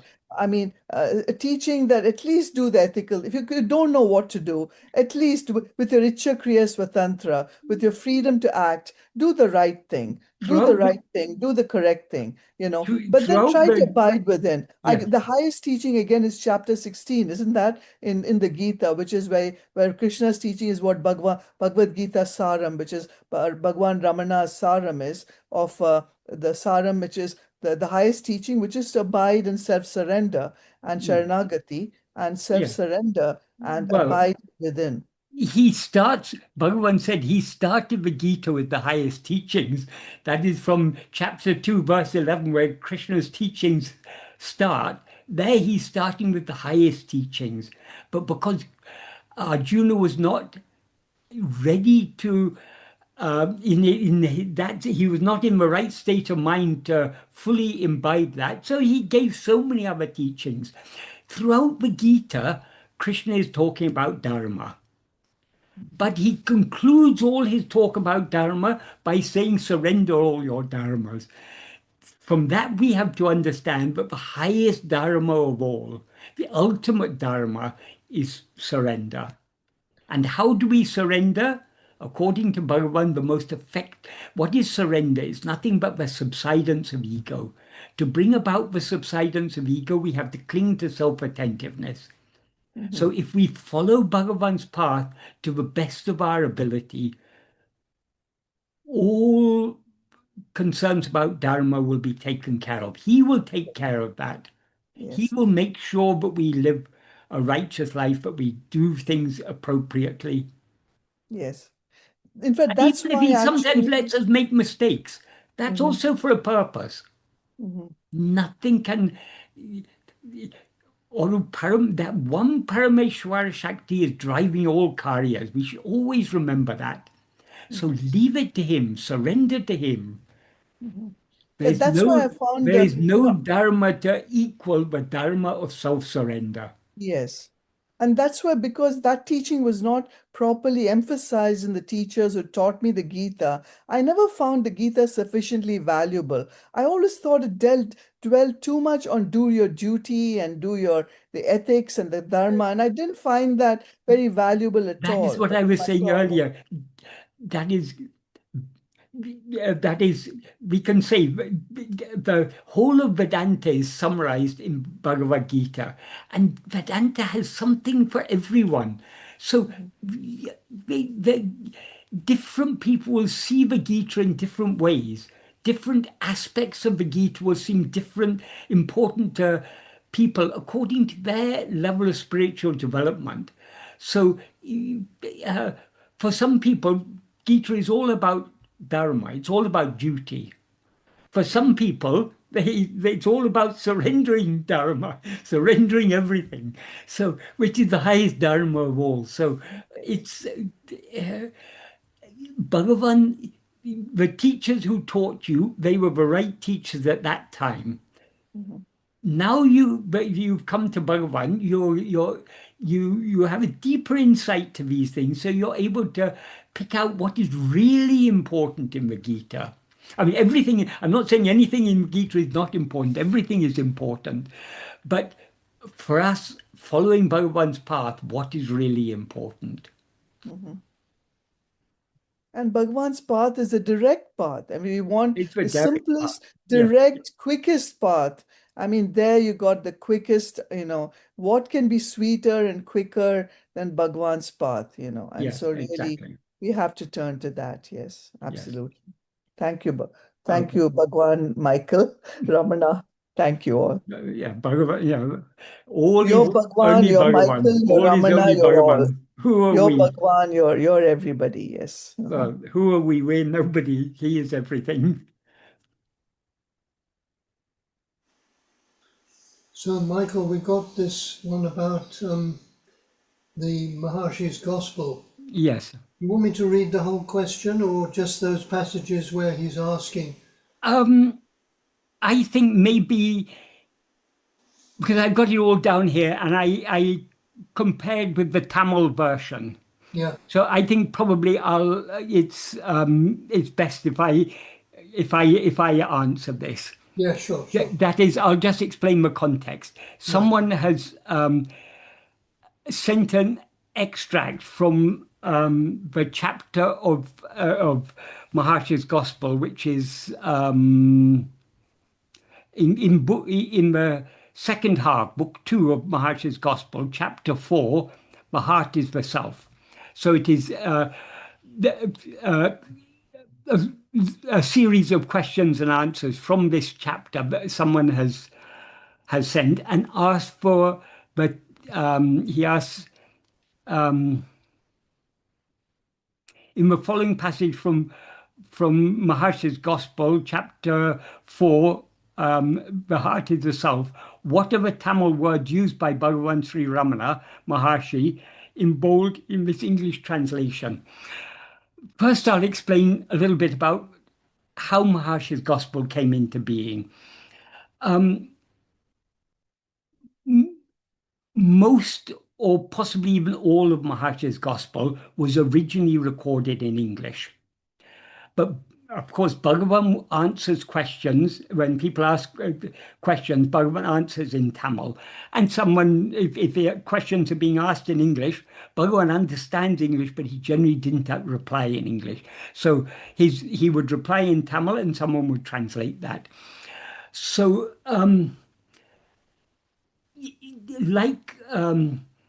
Maharshi's Gospel is the only book of this type that was published in Bhagavan's lifetime. After Bhagavan left the body, sometime in the 1950s, talks and Day by Day were published, and also Surya Nagama's letters. These came all after Bhagavan. This Maharshi's Gospel was published in Bhagavan's lifetime. It was published, I think it was first published in 1939, if I remember correctly. Yes, I don't know why I think 39, but anyway, it was definitely in Bhagavan's lifetime. And it was simultaneously published in English and in Tamil. But there's no clear picture who were all the people involved in producing this book. David Godman has written in many places that it was Maurice Freedman. But it certainly wasn't only Maurice Freedman.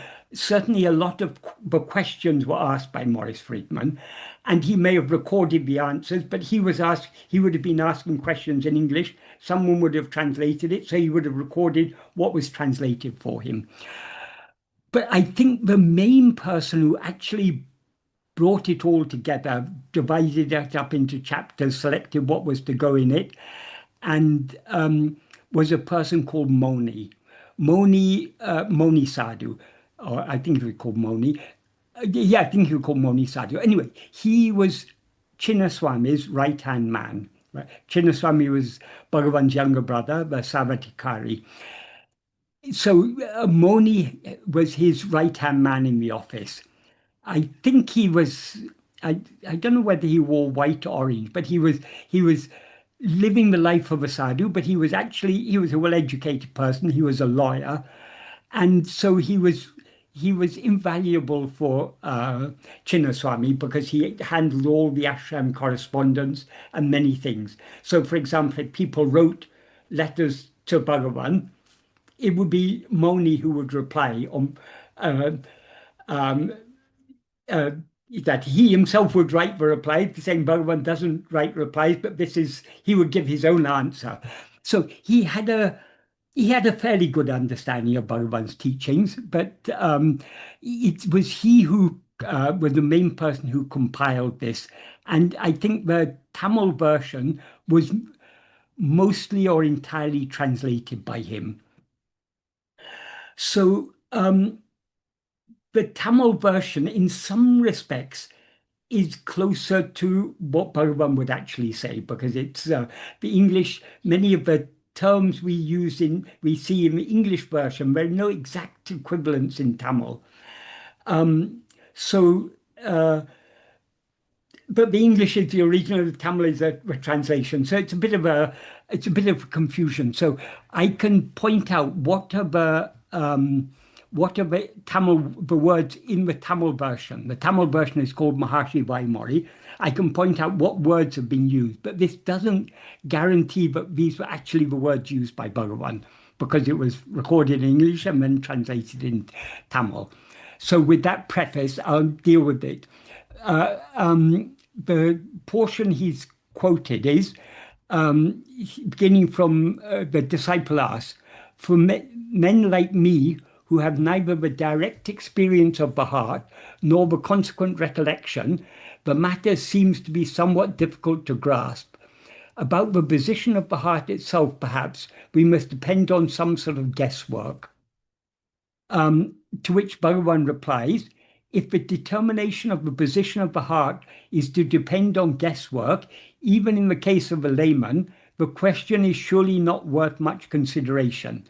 No, it is not on guesswork that you have to depend. It is on an unerring intuition." And the person who sent it, he marked certain words in bold, but he wanted me to say what is the word used in Tamil.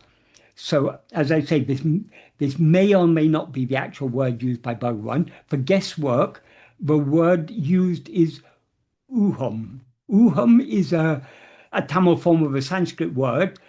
It's got a range of meanings. It actually comes from a Sanskrit verb, u, that is long U followed by H, which means to note, to mark, to observe, to guess, conjecture, infer, to comprehend, conceive, perceive, expect, to reason, deliberate about, to reckon upon, to wait for, or to be regarded. So that's the verb. And then the noun means what is observed or perceived. It also means a change or modification, a guess or conjecture, examination, determination. Determination means in the sense of determining something, that is, examining and ascertaining what it actually is, understanding, reasoning, arguing, supplying an ellipsis, attributing, ascribing. So it's got and in Tamil, the meanings given in the Tamil dictionary are inference, conjecture, guess, thought, consideration, deliberation, wisdom or discernment. So it's got a range of meanings. In this context, the English word is guesswork, but which is one of the meanings of uham, but I think in this case, it's possibly more appropriate to take it as infer. But whether we take it as guess or infer, it's because you infer something after. You can guess something. It can be just a blind guess, but an inference, there's a process of reasoning behind inferring something. So it's more, I'd say, more of an inference than guesswork. But it's more or less. We can take it either way.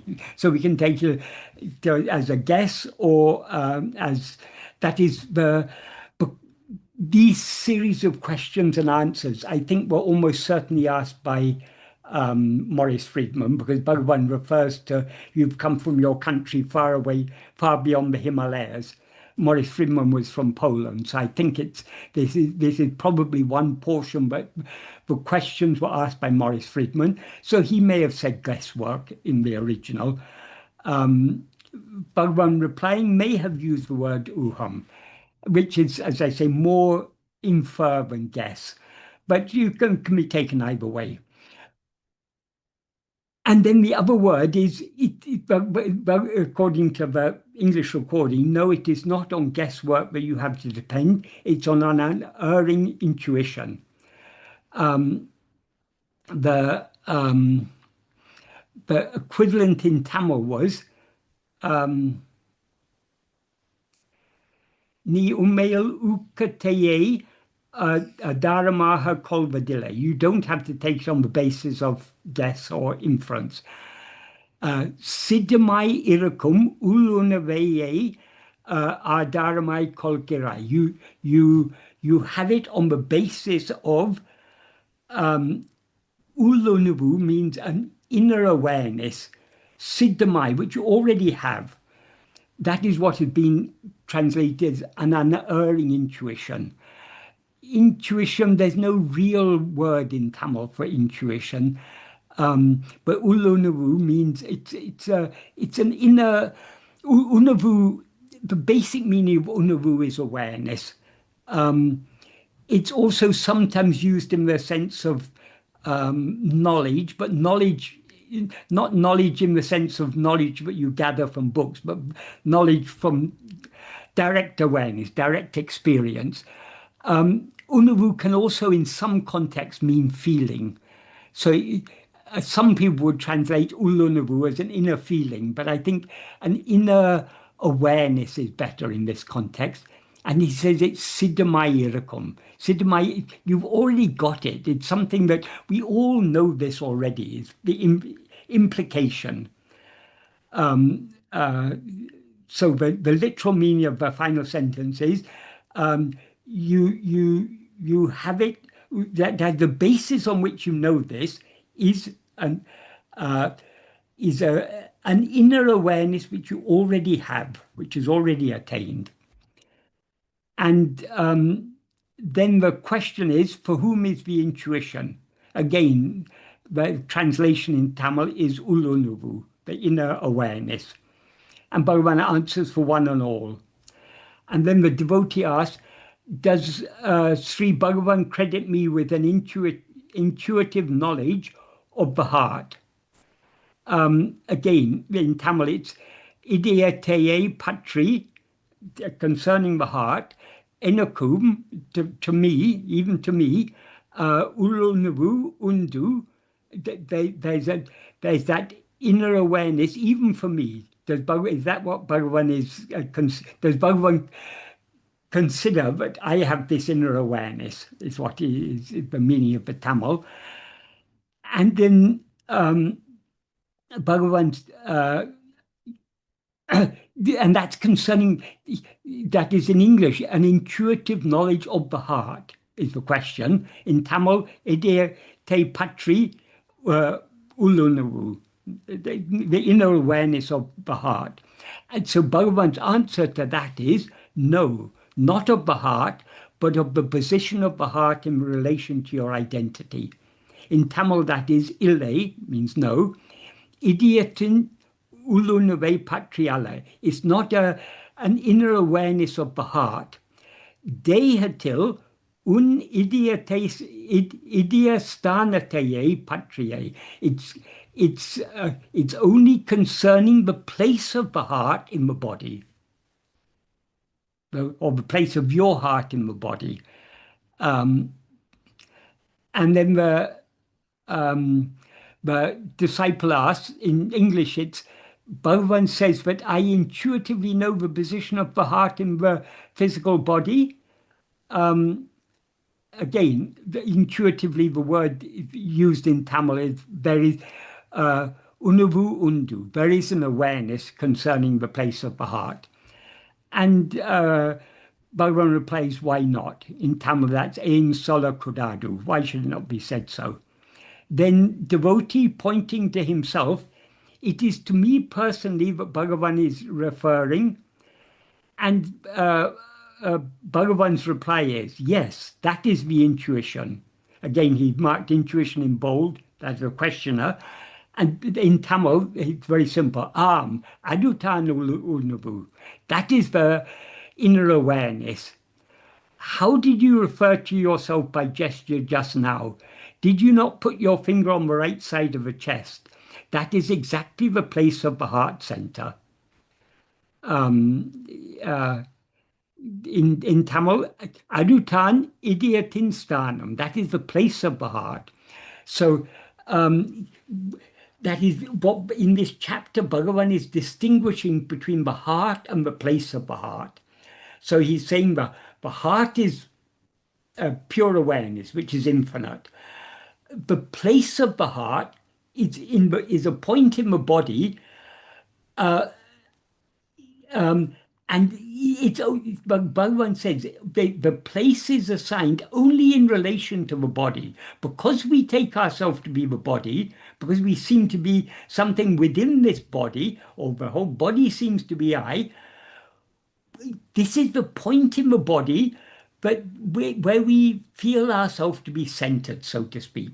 That is what Bhagavan is explaining here.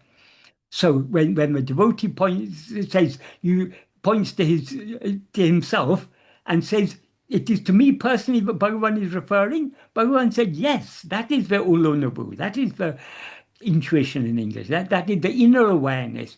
How did you refer to yourself by gesture just now? Did you not put your finger on the right side of the chest? That is exactly the place of the heart center. And then in English, the devotee replies, so then in the absence of direct knowledge of the heart center, I have to depend on this intuition. Again, intuition is in Tamil is Uļ-ļ-Uṇarvu. So the question in Tamil is Apadiyanal. If it is so, Idiya Madhyate, the heart center, Patria, about the heart center, Pratyaksha Anubhavam Padadirukum Varil Nan Inda Uļ-ļ-Uṇarvu Nambi Iraka Vendama. That means if it is so, then until I have direct pratyaksha anubhavam, direct experience about the heart center, I have to rely on this inner awareness. I have to not even rely upon.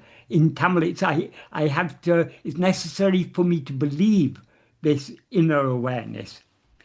And to that Bhagavan replies, what is wrong with it? When a schoolboy says, it is I that did the sum correctly, or when he asks you, shall I run and get the book for you, would he point to the head that did the sum correctly, or to the legs that carry him swiftly to get you the book? No. In both cases, his finger is pointed quite naturally towards the right side of the chest, thus giving innocent expression to the profound truth that the source of I-ness in him is there. It is an unerring intuition that makes him refer to himself, to the heart which is the self, and in that way. That act is quite involuntary and universal. That is to say, it is the same in the case of every individual. What stronger proof than this do you require about the position of the heart center in the physical body? Again, the person who asked the question highlighted intuition, where Bhagavan says it's an unerring intuition. In Tamil, it is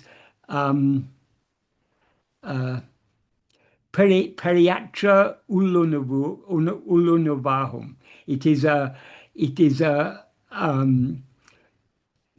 It's an inner awareness that cannot be. There's no scope for it to be mistaken. Pere means it's no. It's an infallible. I think we can take it as infallible, unerring intuition, but infallible. We cannot go wrong because we all know when we refer to ourselves, we point to automatically we point to the right side of the chest.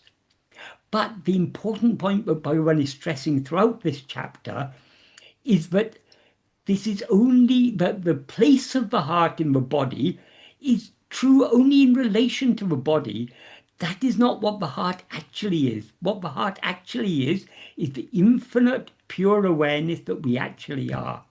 But because we feel ourselves limited in this body, we feel relative to this body, there is a place where we are centered. That's why we say, we point to the chest and say, I did the sum correctly. We point to the chest and we say, I can run and get the book for you. When we refer to ourselves, we always point to that point 2 digits to the right from the center of the chest. What is the spiritual significance of this? Not much. I mean, it's just a mundane fact, a simple fact that Bhagavan pointed out, but we all know, but we never attach any importance to, but we feel ourselves to be centered here.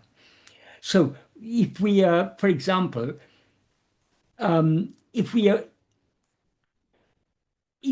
talk about a person being broken-hearted, or if you're in a state of emotion, sometimes you feel it in the chest. You feel that if you're broken-hearted because someone very, very dear to you has suddenly passed away or something, we actually feel it physically in our body. Where we feel it, it's around this center of the right-hand side of the chest. And we can see it in other, Bhagavan pointed out other circumstances. Supposing you're walking down a street and suddenly there's a loud explosion behind you, or a car suddenly honks its horn behind you, you get a shock. If you observe it, you'll feel that. You can actually feel it in the right side of the chest. Because that is the center from which everything springs, relative to the body. That doesn't mean that, so sometimes Bhagavan explained it, but as soon as we wake up in the morning, the ego, the awareness eye, spreads throughout the body. The point from which it begins spreading is this point 2 digits to the right from the center of the chest. So Bhagavan sometimes said, for example, in yoga, they talk about the Sushumna-nāḍi. The Sushumna-nāḍi more or less corresponds to the spinal cord, though some people will say it is the same as spinal cord, some people say no, it's not. The nadis actually are not physical nerves, they're channels within the subtle body, but it more or less corresponds to the physical body. So it's got some correspondence to the spinal cord, though not exactly the spinal. It's not exactly identical to the spinal cord. So in yoga, they try to lift the kundalini up through the Sushumna-nāḍi up to the Sahasrara. Sahasrara means the 1,000-petal lotus. That is the brain, because so many, I mean, we can explain that in terms of all the billions of neurons. That is what is referred to as the 1,000-petal lotus. And most mental activity seems to be going on in the brain. But Bhagavan said that is not the end. To take yoga to its conclusion, it has the I has to merge back in its source. So that is represented by what Bhagavan called the Amṛta-nāḍi, which is the nādi which goes from the brain back to the heart center. And so Bhagavan said it is like a question mark. So just like a question mark loops around, it begins from if we're going from the Mūladhara, from the base of the spine, you go up to the Sahasrara and then down to the heart. But all this is in relation to the body.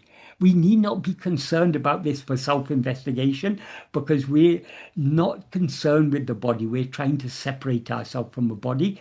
So we need to attend to I. If we attend to I, all that is described in yoga, it will happen automatically. The awareness that is now spread throughout the body, it will withdraw and merge back into the heart. Viewed from the perspective of the body, we can say that is the the Kundalini is rising up the Sahasrara and going down and merging in the heart. But that's all in relation to the body only. What is actually happening is, to the extent to which we attend to ourselves, we merge back into the real heart, which is ourself, our own being, Sat-Chit, the infinite being awareness that we actually are.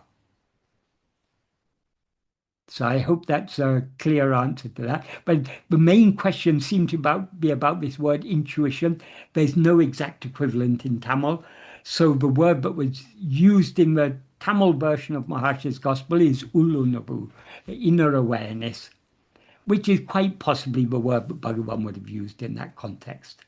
But for some reason, the translator translated it as intuition.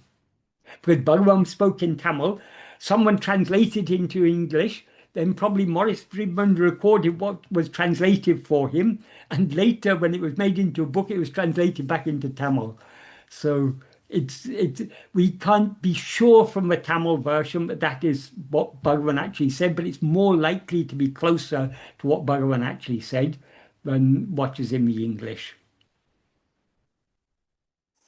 Did Maurice Friedman know Tamil? Do you know? No, I don't think so. He may have known some. I think he knew Marathi later on in his life. He was during Bhagavan's time. He was the chief minister in one of the North Indian princely states. I think it was Oud or somewhere. Mysore. I think he was involved in putting an electrical system into the Mysore state. Yeah, but that was his role as an engineer. But he was actually the chief minister of the princely state of Oud, which is somewhere in North India. Right. Okay. And Also I mean, he came to India as an engineer, and he ended up living all his life there. So later on, he was with Nisargadatta, and I think it is said that he was the one who translated what Nisargadatta didn't know English. He spoke in Marathi, and Maurice Friedman recorded it in English. So I think in his later life, because he was living in Mumbai, he would have learnt Marathi, but I don't think he ever knew Tamil. But here the word Nambi, Michael, Yes. as you're aware, also means trust in Tamil. Nambikerde or Nambi means trust. Yeah, it means trust or believing. Rather than believe in, trust is better, because trust is even closer to believing, You trust something, you trust something. Yeah. But in this context, what he's saying, I have to trust this intuition is what he's asking in English. That is translated as, he says, I have to depend on this intuition. That is translated, because Maurice Friedman would have been speaking in English. So for this, it was translated into Tamil as Nan inda Uļ-ļ-Uṇarvu Nambi Iraka Vendama. So it's necessary for me to believe in or trust in this. Yeah, trust. Trust this Uḻ-ļ-Uṇarvu. Yes.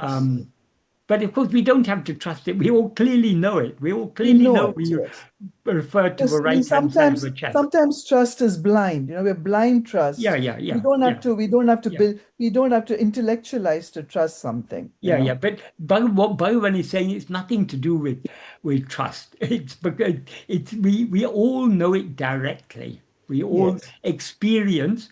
We all naturally, even unthinkingly, when we refer to ourselves, we point to the right-hand side of the chest.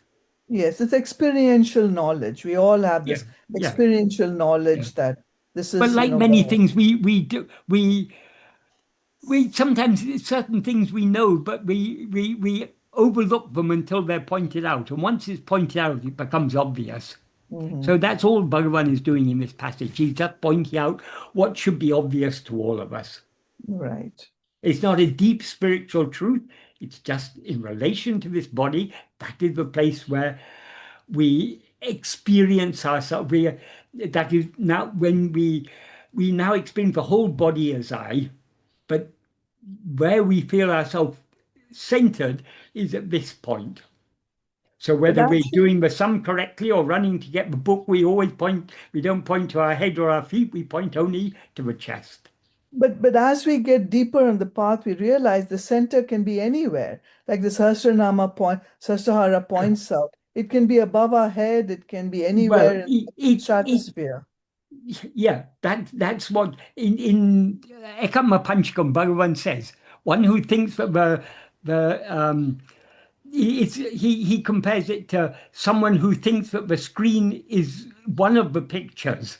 The whole picture in the cinema show, the whole picture appears on the screen. But those, if taking the heart to be just a small point in the body is like taking the screen to be a small one of the pictures on the among the cinema screen. So the heart means the infinite awareness in which mind and ego and mind appear, and in which therefore everything else appears. Yes. It's not within the 5 koshas anyway, not necessarily within the 5 koshas, which are anyway it's within the 5 koshas only in the sense of what experiences the 5 koshas is ego. And ego is that mixed awareness, I am this body. That I am, that is the heart. Yes. Sorry for the interruption, but I think there's some other question. Last year I had a question, or somebody else had a question. I don't know. Okay, shall we go on to other questions now? Yeah, we're moving on to the questions sent in today.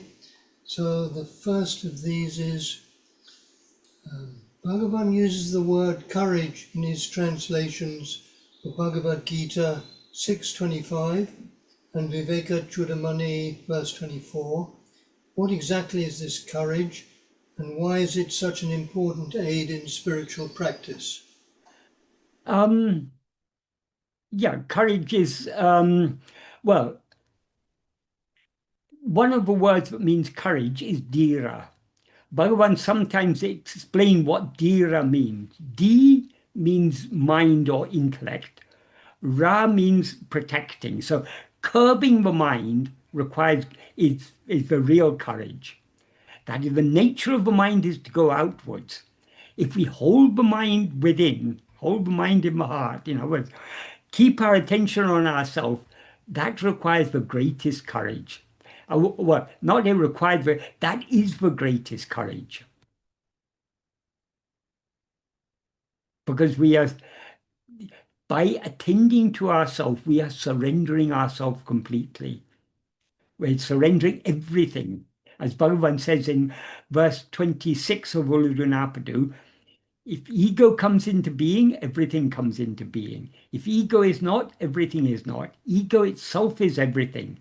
Therefore, investigating what this is giving up everything. So to the extent to which we attend to ourselves, we as ego subside, and everything else subsides along with us. So that is requires the greatest courage of all. That is true courage.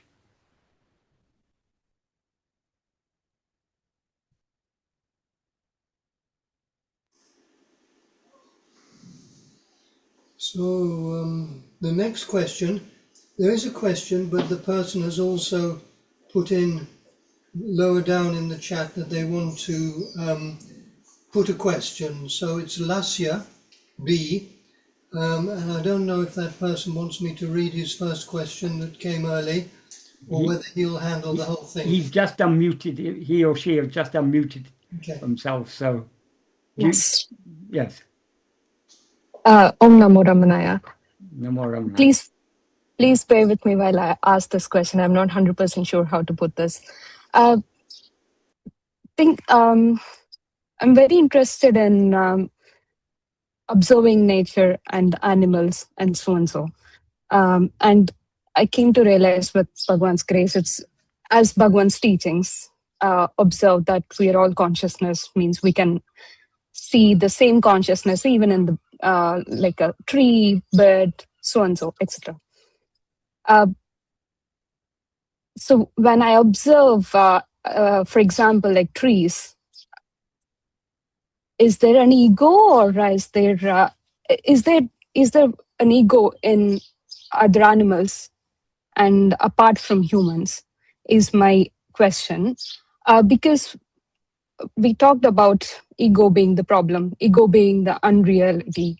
Even though we are the self, we just take ourselves as ego, and hence all the problems. But if you look at nature and trees, they seem to be just more in the flow of the will, or what of the universe, I don't know what to call, but in the will. So do they have the problem of what we are experiencing as humans? Is my question. Trees we can't say so much about because it's a bit we don't know. But take animals, for example. It's very clear that animals are just people in different forms. I mean, they're not in a human form, but animals have the same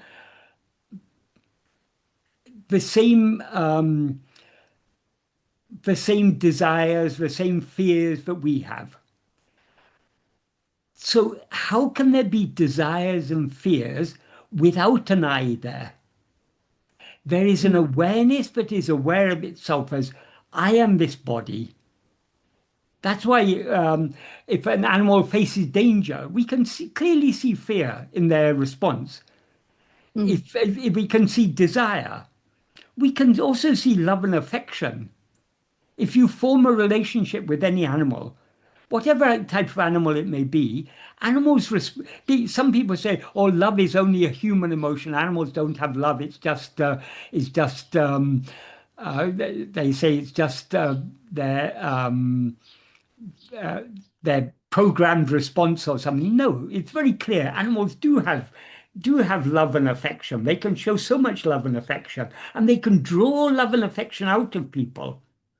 And they can have therapeutic effect. For example, I remember once reading about some hospice in America.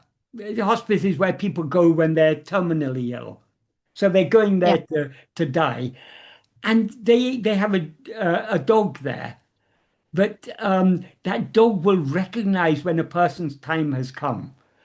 They will go to that person, and that is many of the residents of that hospice. They know when they come there. They know that they're waiting for the end, basically. But many of them form very deep relationship with that dog, and it's had such a wonderful effect. And as I say, the dog is, because sometimes dogs are, not only dogs, but other animals, they're able to sense things we aren't able to sense. For example, if there's an earthquake is about to come, or a tsunami is about to come, we may not be aware of it, but animals often know these things before we do. Because they're more sensitive to certain things than we are.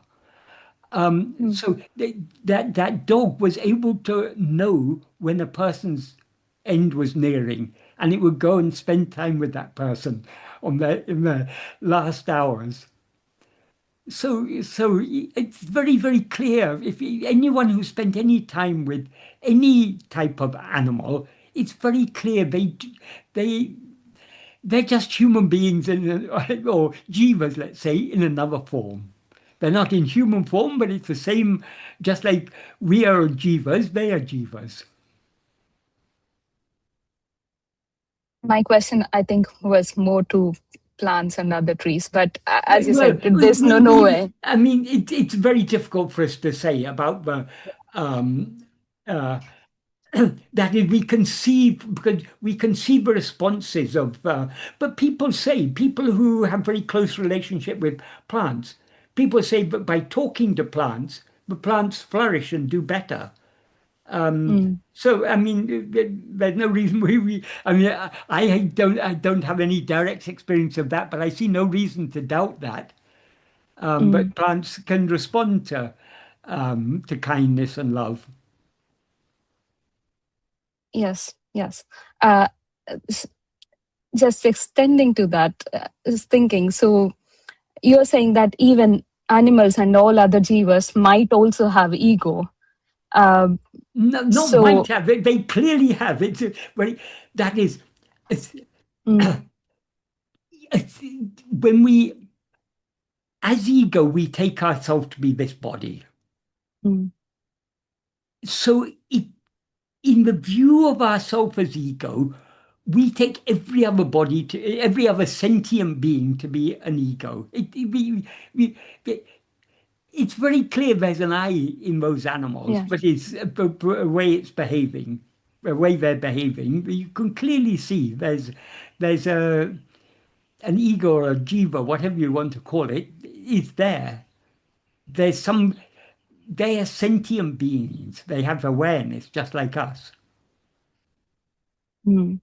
But can we say that human life, I'm not sure, I think in Shastras, it is said that after many, many long tapas or many lives, we get a human life, and it is to be used as for self-realization. Yes, it is having a human birth it's a very valuable opportunity. That doesn't mean that liberation is not possible in other forms. We very clearly see from Bhagavan's life that Bhagavan made it. He didn't directly say it, but he left people in no doubt that Pasulakshmi had attained mukti. In fact, he wrote a verse and he ended it with Vimukta now. This is the day she attained mukti. And Devaraj Muni asked Bhagavan, is it just a formality like we say when someone passed away they've attained mukti, or did she actually attain mukti? And I can't remember exactly what Bhagavan said, but his response clearly indicated that yes, she had attained mukti. Okay, Michael, thank you. And Bhagavan, whenever he talked about Pasulakshmi, he often used to talk about Kirepati. Kirepati was an old woman who was there in the early days when Bhagavan was living in Virupaksha and other places on the hill. Kire in Tamil means green vegetables. So she used to collect greens from all over the hill, and she would come and she would cook very delicious, and she would go beg for some rice. She'd come and she'd cook it and feed Bhagavan. That's why she was called Kirepati. She had great love for Bhagavan. Sometime after she passed away, this Pasulakshmi came to the ashram as a small calf. And Bhagavan, whenever there was talk about Pasulakshmi, Bhagavan would also talk about Kirepati. So from that, many devotees inferred, because of her Kirepati's great love for Bhagavan, she came back in the form of Pasulakshmi. Yeah, I read about Lakshmi's story and Bhagwan's story. It is the sweetest thing, I would say. Yes. It's very sweet how Bhagavan can see all the animals as the same. And she had many calves, and I think all but one of her calves was born on Bhagavan's Jayanti. Yeah. So much, such a close affinity. Yeah.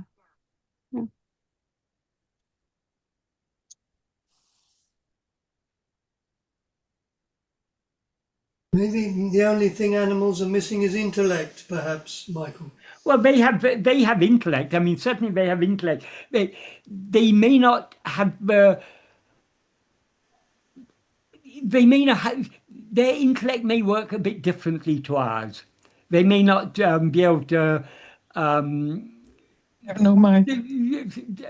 solve mathematical problems or philosophical problems or do science or things, but they have their own intellect. They can distinguish one thing from another thing. They're very, very smart. If we see animals, if you observe animals, they're very smart. So there's definitely an intellect there. It may not be exactly like our intellect, but we can't say they don't have intellect. Or maybe not reasoning, perhaps. Well, they have their own reasoning. They work out, when they face a problem, they work out ways to get around with that problem. How to get the food quicker. So their reasoning may not be working. Our reasoning works largely verbally because we have developed languages. So we think a lot of our thinking is we think verbally. We reason things out verbally. they reason things out without the use of words.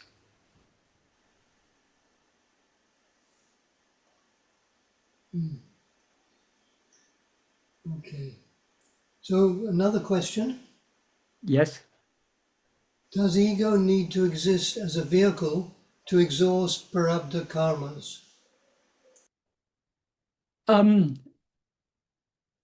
Well, we can't experience it, but the doer of karma and the experiencer of the fruit of karma, which is Prārabdha, is ego. So without ego, there's neither karma nor the fruit of karma. That's why Bhagavan says in verse 38 of Uḻ-ḷ-Uṇarvu, Vinay mudal namayin vile payan tuipom. If we are a doer of actions, we will experience the resulting fruit. When one knows oneself by investigating who is the doer of action, doership departs and all the three karmas come to an end. That is, in the first sentence, he made it clear, doership and experiencership, they go hand in hand. If we have a doer of action, we will experience the resulting fruit. So the kartrutva, the doership, and the bhoktrutva, experiencership, are both the nature of ego. So if we investigate and know what we actually are, ego will cease to exist. When ego ceases to exist, the doership and the experiencership will cease to exist, and therefore all the three karmas will come to an end. So there can't be prārabdha without ego. However, in the case of a jnani, ego has died. There seems to be a continuity of prārabdha, because in the view of others, the body of the jnani seems to live. That is the state of what is called Jīva mukti. But Bhagavan makes it clear for the jnani, the jnani is not aware of the body, whether it's there or not. Whether in Uḷ-ḷ-Uṇarvu Anubandham, he uses the analogy of a person sleeping in a cart. Just like someone sleeping in a cart is not aware whether the cart is moving or standing or it's been unyoked. But for the jnani who is sleeping in the body, unaware of whether the body is active or is in sleep or in nishta. And in Upadesha Tanipakal, there's a verse in which he uses another analogy. Or just like the drunkard who is not aware whether the fine cloth he was wearing, whether it's still on his body or it's fallen off. The jnani is not aware whether the body is alive or dead. It makes no difference. So, but the state of Jīva mukti is only in the view of the onlooker. But in the view of the onlooker, the Jīva mukta seems to be having a prārabdha. That's why Bhagavan says in that verse 38 of Uḻ-ḷ-Uṇarvu, he makes very clear all three karmas come to an end. And there's a verse in Uḻ-ḷ-Uṇarvu Anubandham in which he refers to one belief that many people have, but or it's even said in Sastras. I think even Shankara says it in some places. But when jnana is attained, the agamya and sanchita are destroyed, but prārabdha remains for the duration of the body. Bhagavan said, even that is an answer given to the questions of others. That is, it's for those who are not able to understand, but the jnani is not the body. It is said, but yes, the prārabdha will continue for the duration of the body. And then Bhagavan gives the analogy of a man with three wives. If the husband passes away, all three wives become widows. You don't have two widows and one remaining sumangali, unwidowed. They all become widows. Likewise, when ego dies, all the three karmas come to an end. So there's no prārabdha without ego. But that doesn't mean ego has to remain to experience Prārabdha. The Prārabdha is given to the ego to experience in order to, whatever Prārabdha is allotted to us is what is most conducive to our spiritual development. So Bhagavan has allotted our Prārabdha to help us progress in the spiritual path. But that doesn't mean we have to hang around to experience the Prārabdha, because otherwise there'll be endless lives, endless Prārabdhas. The whole thing is brought to an end only when ego dies. So, and ego dies when we investigate who am I, the doer of the action and the experiencer of the fruit of action. When ego dies, all three karmas come to an end. And then Bhagavan says, Nittama Mukti Nilay. This is a state of liberation which is eternal.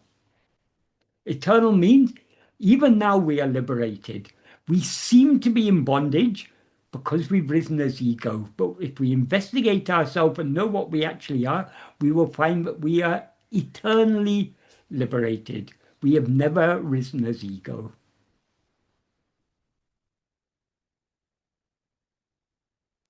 Because we've never risen as ego, there never was any karma or any fruit of karma.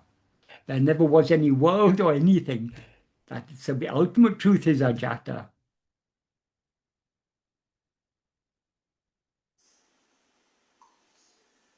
Next question. Yes. That awareness, is it a gift from Bhagavan? That awareness is Bhagavan. That is the awareness that shines in us as I, that is Bhagavan. Bhagavan sings in when he was asked who he really is, whether he's incarnation of this God or that God, his answer was, Ariyati tara jīvara dahavari jaguhail arivai rami paramatman arunachala ramanan. Arunachala Ramana is the Paramatman. Paramatman means ultimate self, what we ultimately are. Paramatman, Arivai Rami Paramatman. That is that Paramatma that blissfully exists as awareness in the cave of the heart lotus of all different jivas, beginning with Hari. So from the highest God, implying down to the lowest insect, what shines as awareness in the heart of all, that is Bhagavan. That is Arunachala Ramana. So he is that awareness that shines in us as I. So we can't even say it's a gift, it is he himself. But it is what is a gift is he's making himself so easily available for us. He's our nearest and dearest, ever shining in our heart as our own self, our own very being, our own very, this fundamental awareness I am. This is Bhagavan.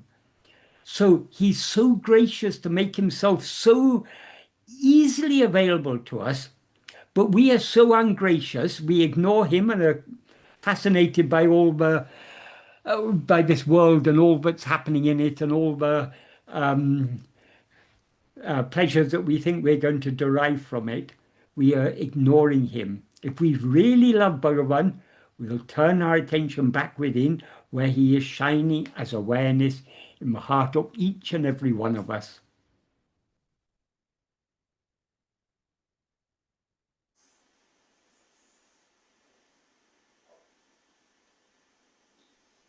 Thank you, Michael.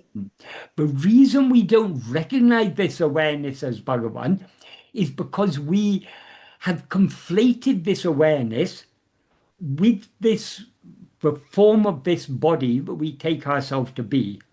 So he is the awareness I am, but we are, instead of being aware of ourselves as just that awareness I am, we're aware of ourselves as I am this body. That is the veiling, that is the ignorance, that is what needs to be removed. And that is what can be removed only by our turning our attention back within to see who am I. And when we see who am I, we will find I am I.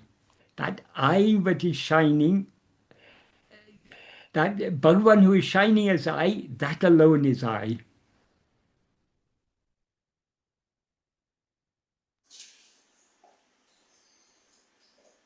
I'm not sure if this is a question or not. I'll read it anyway. To abide in the self, or holding on to oneself, one needs to find it first. How to find it out, I don't know, question mark. Okay, yes, that is a question. You don't need to find it out because you already know it. The one thing we all know is we know I. The problem is, though we always know I, we don't know I as it is because we have conflated this awareness I with a body. A body means this bundle of 5 sheaths, this person we take ourselves to be.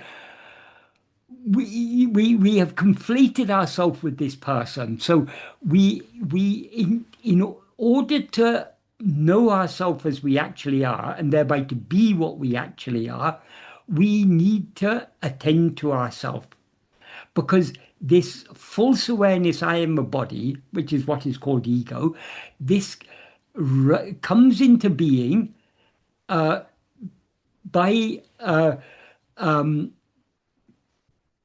it comes into being by grasping the form of a body as I. So long as we are holding on to this body, or through this body holding on to any other forms, we don't know ourselves as we actually are. So to know ourselves as we actually are, we need to hold on to ourselves, to our own being, to this fundamental awareness I am. That means we need to attend to ourselves. So we are not to look for ourselves, we are to look at ourselves. That is, we all know I. We need to attend to this I. This I is not an object, it is that to which all objects appear. So we need to look within. To whom do all these phenomena appear? Who is this I? That doesn't mean we have to ask these questions. We have to find out what we are. We need to investigate ourselves. We investigate ourselves by attending to ourselves.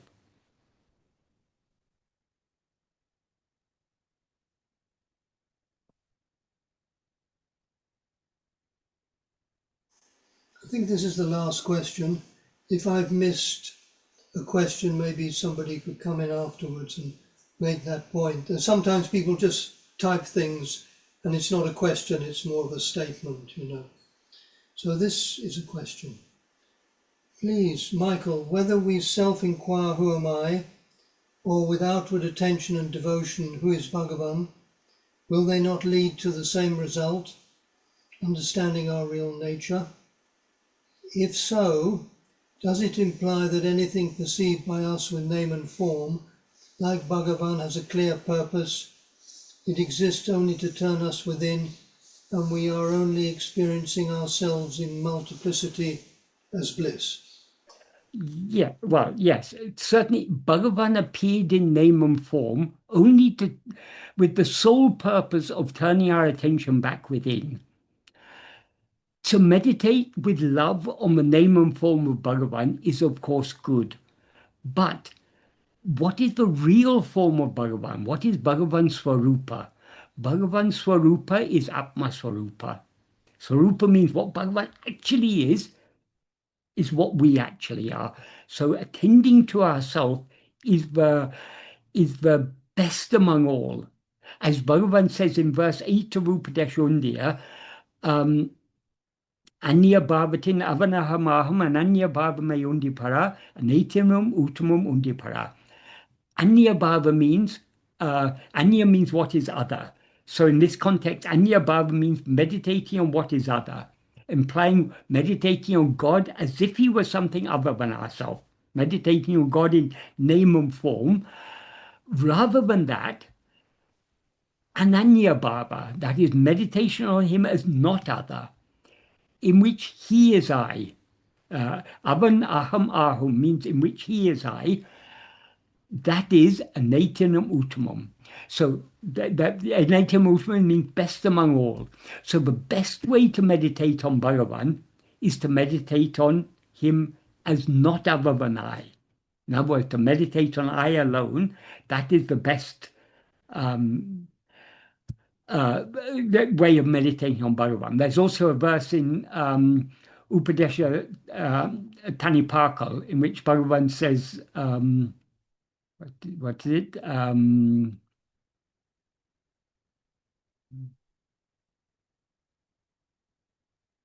Verse 15.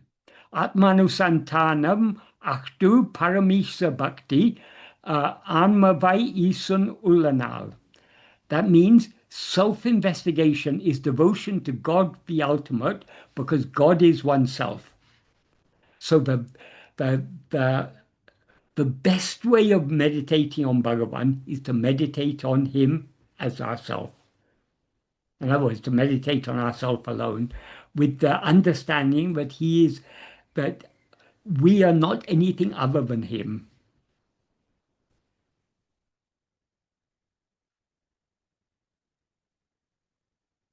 That isn't to put down. I mean, of course, meditating with love on Bhagavan's name and form, that is highly efficacious, because why Bhagavan appeared in that name and form is to turn our attention within. So if we look, for example, if we look at the eyes of Bhagavan, his eyes are reminding us to look within, to see him shining in our heart as our own self, as I.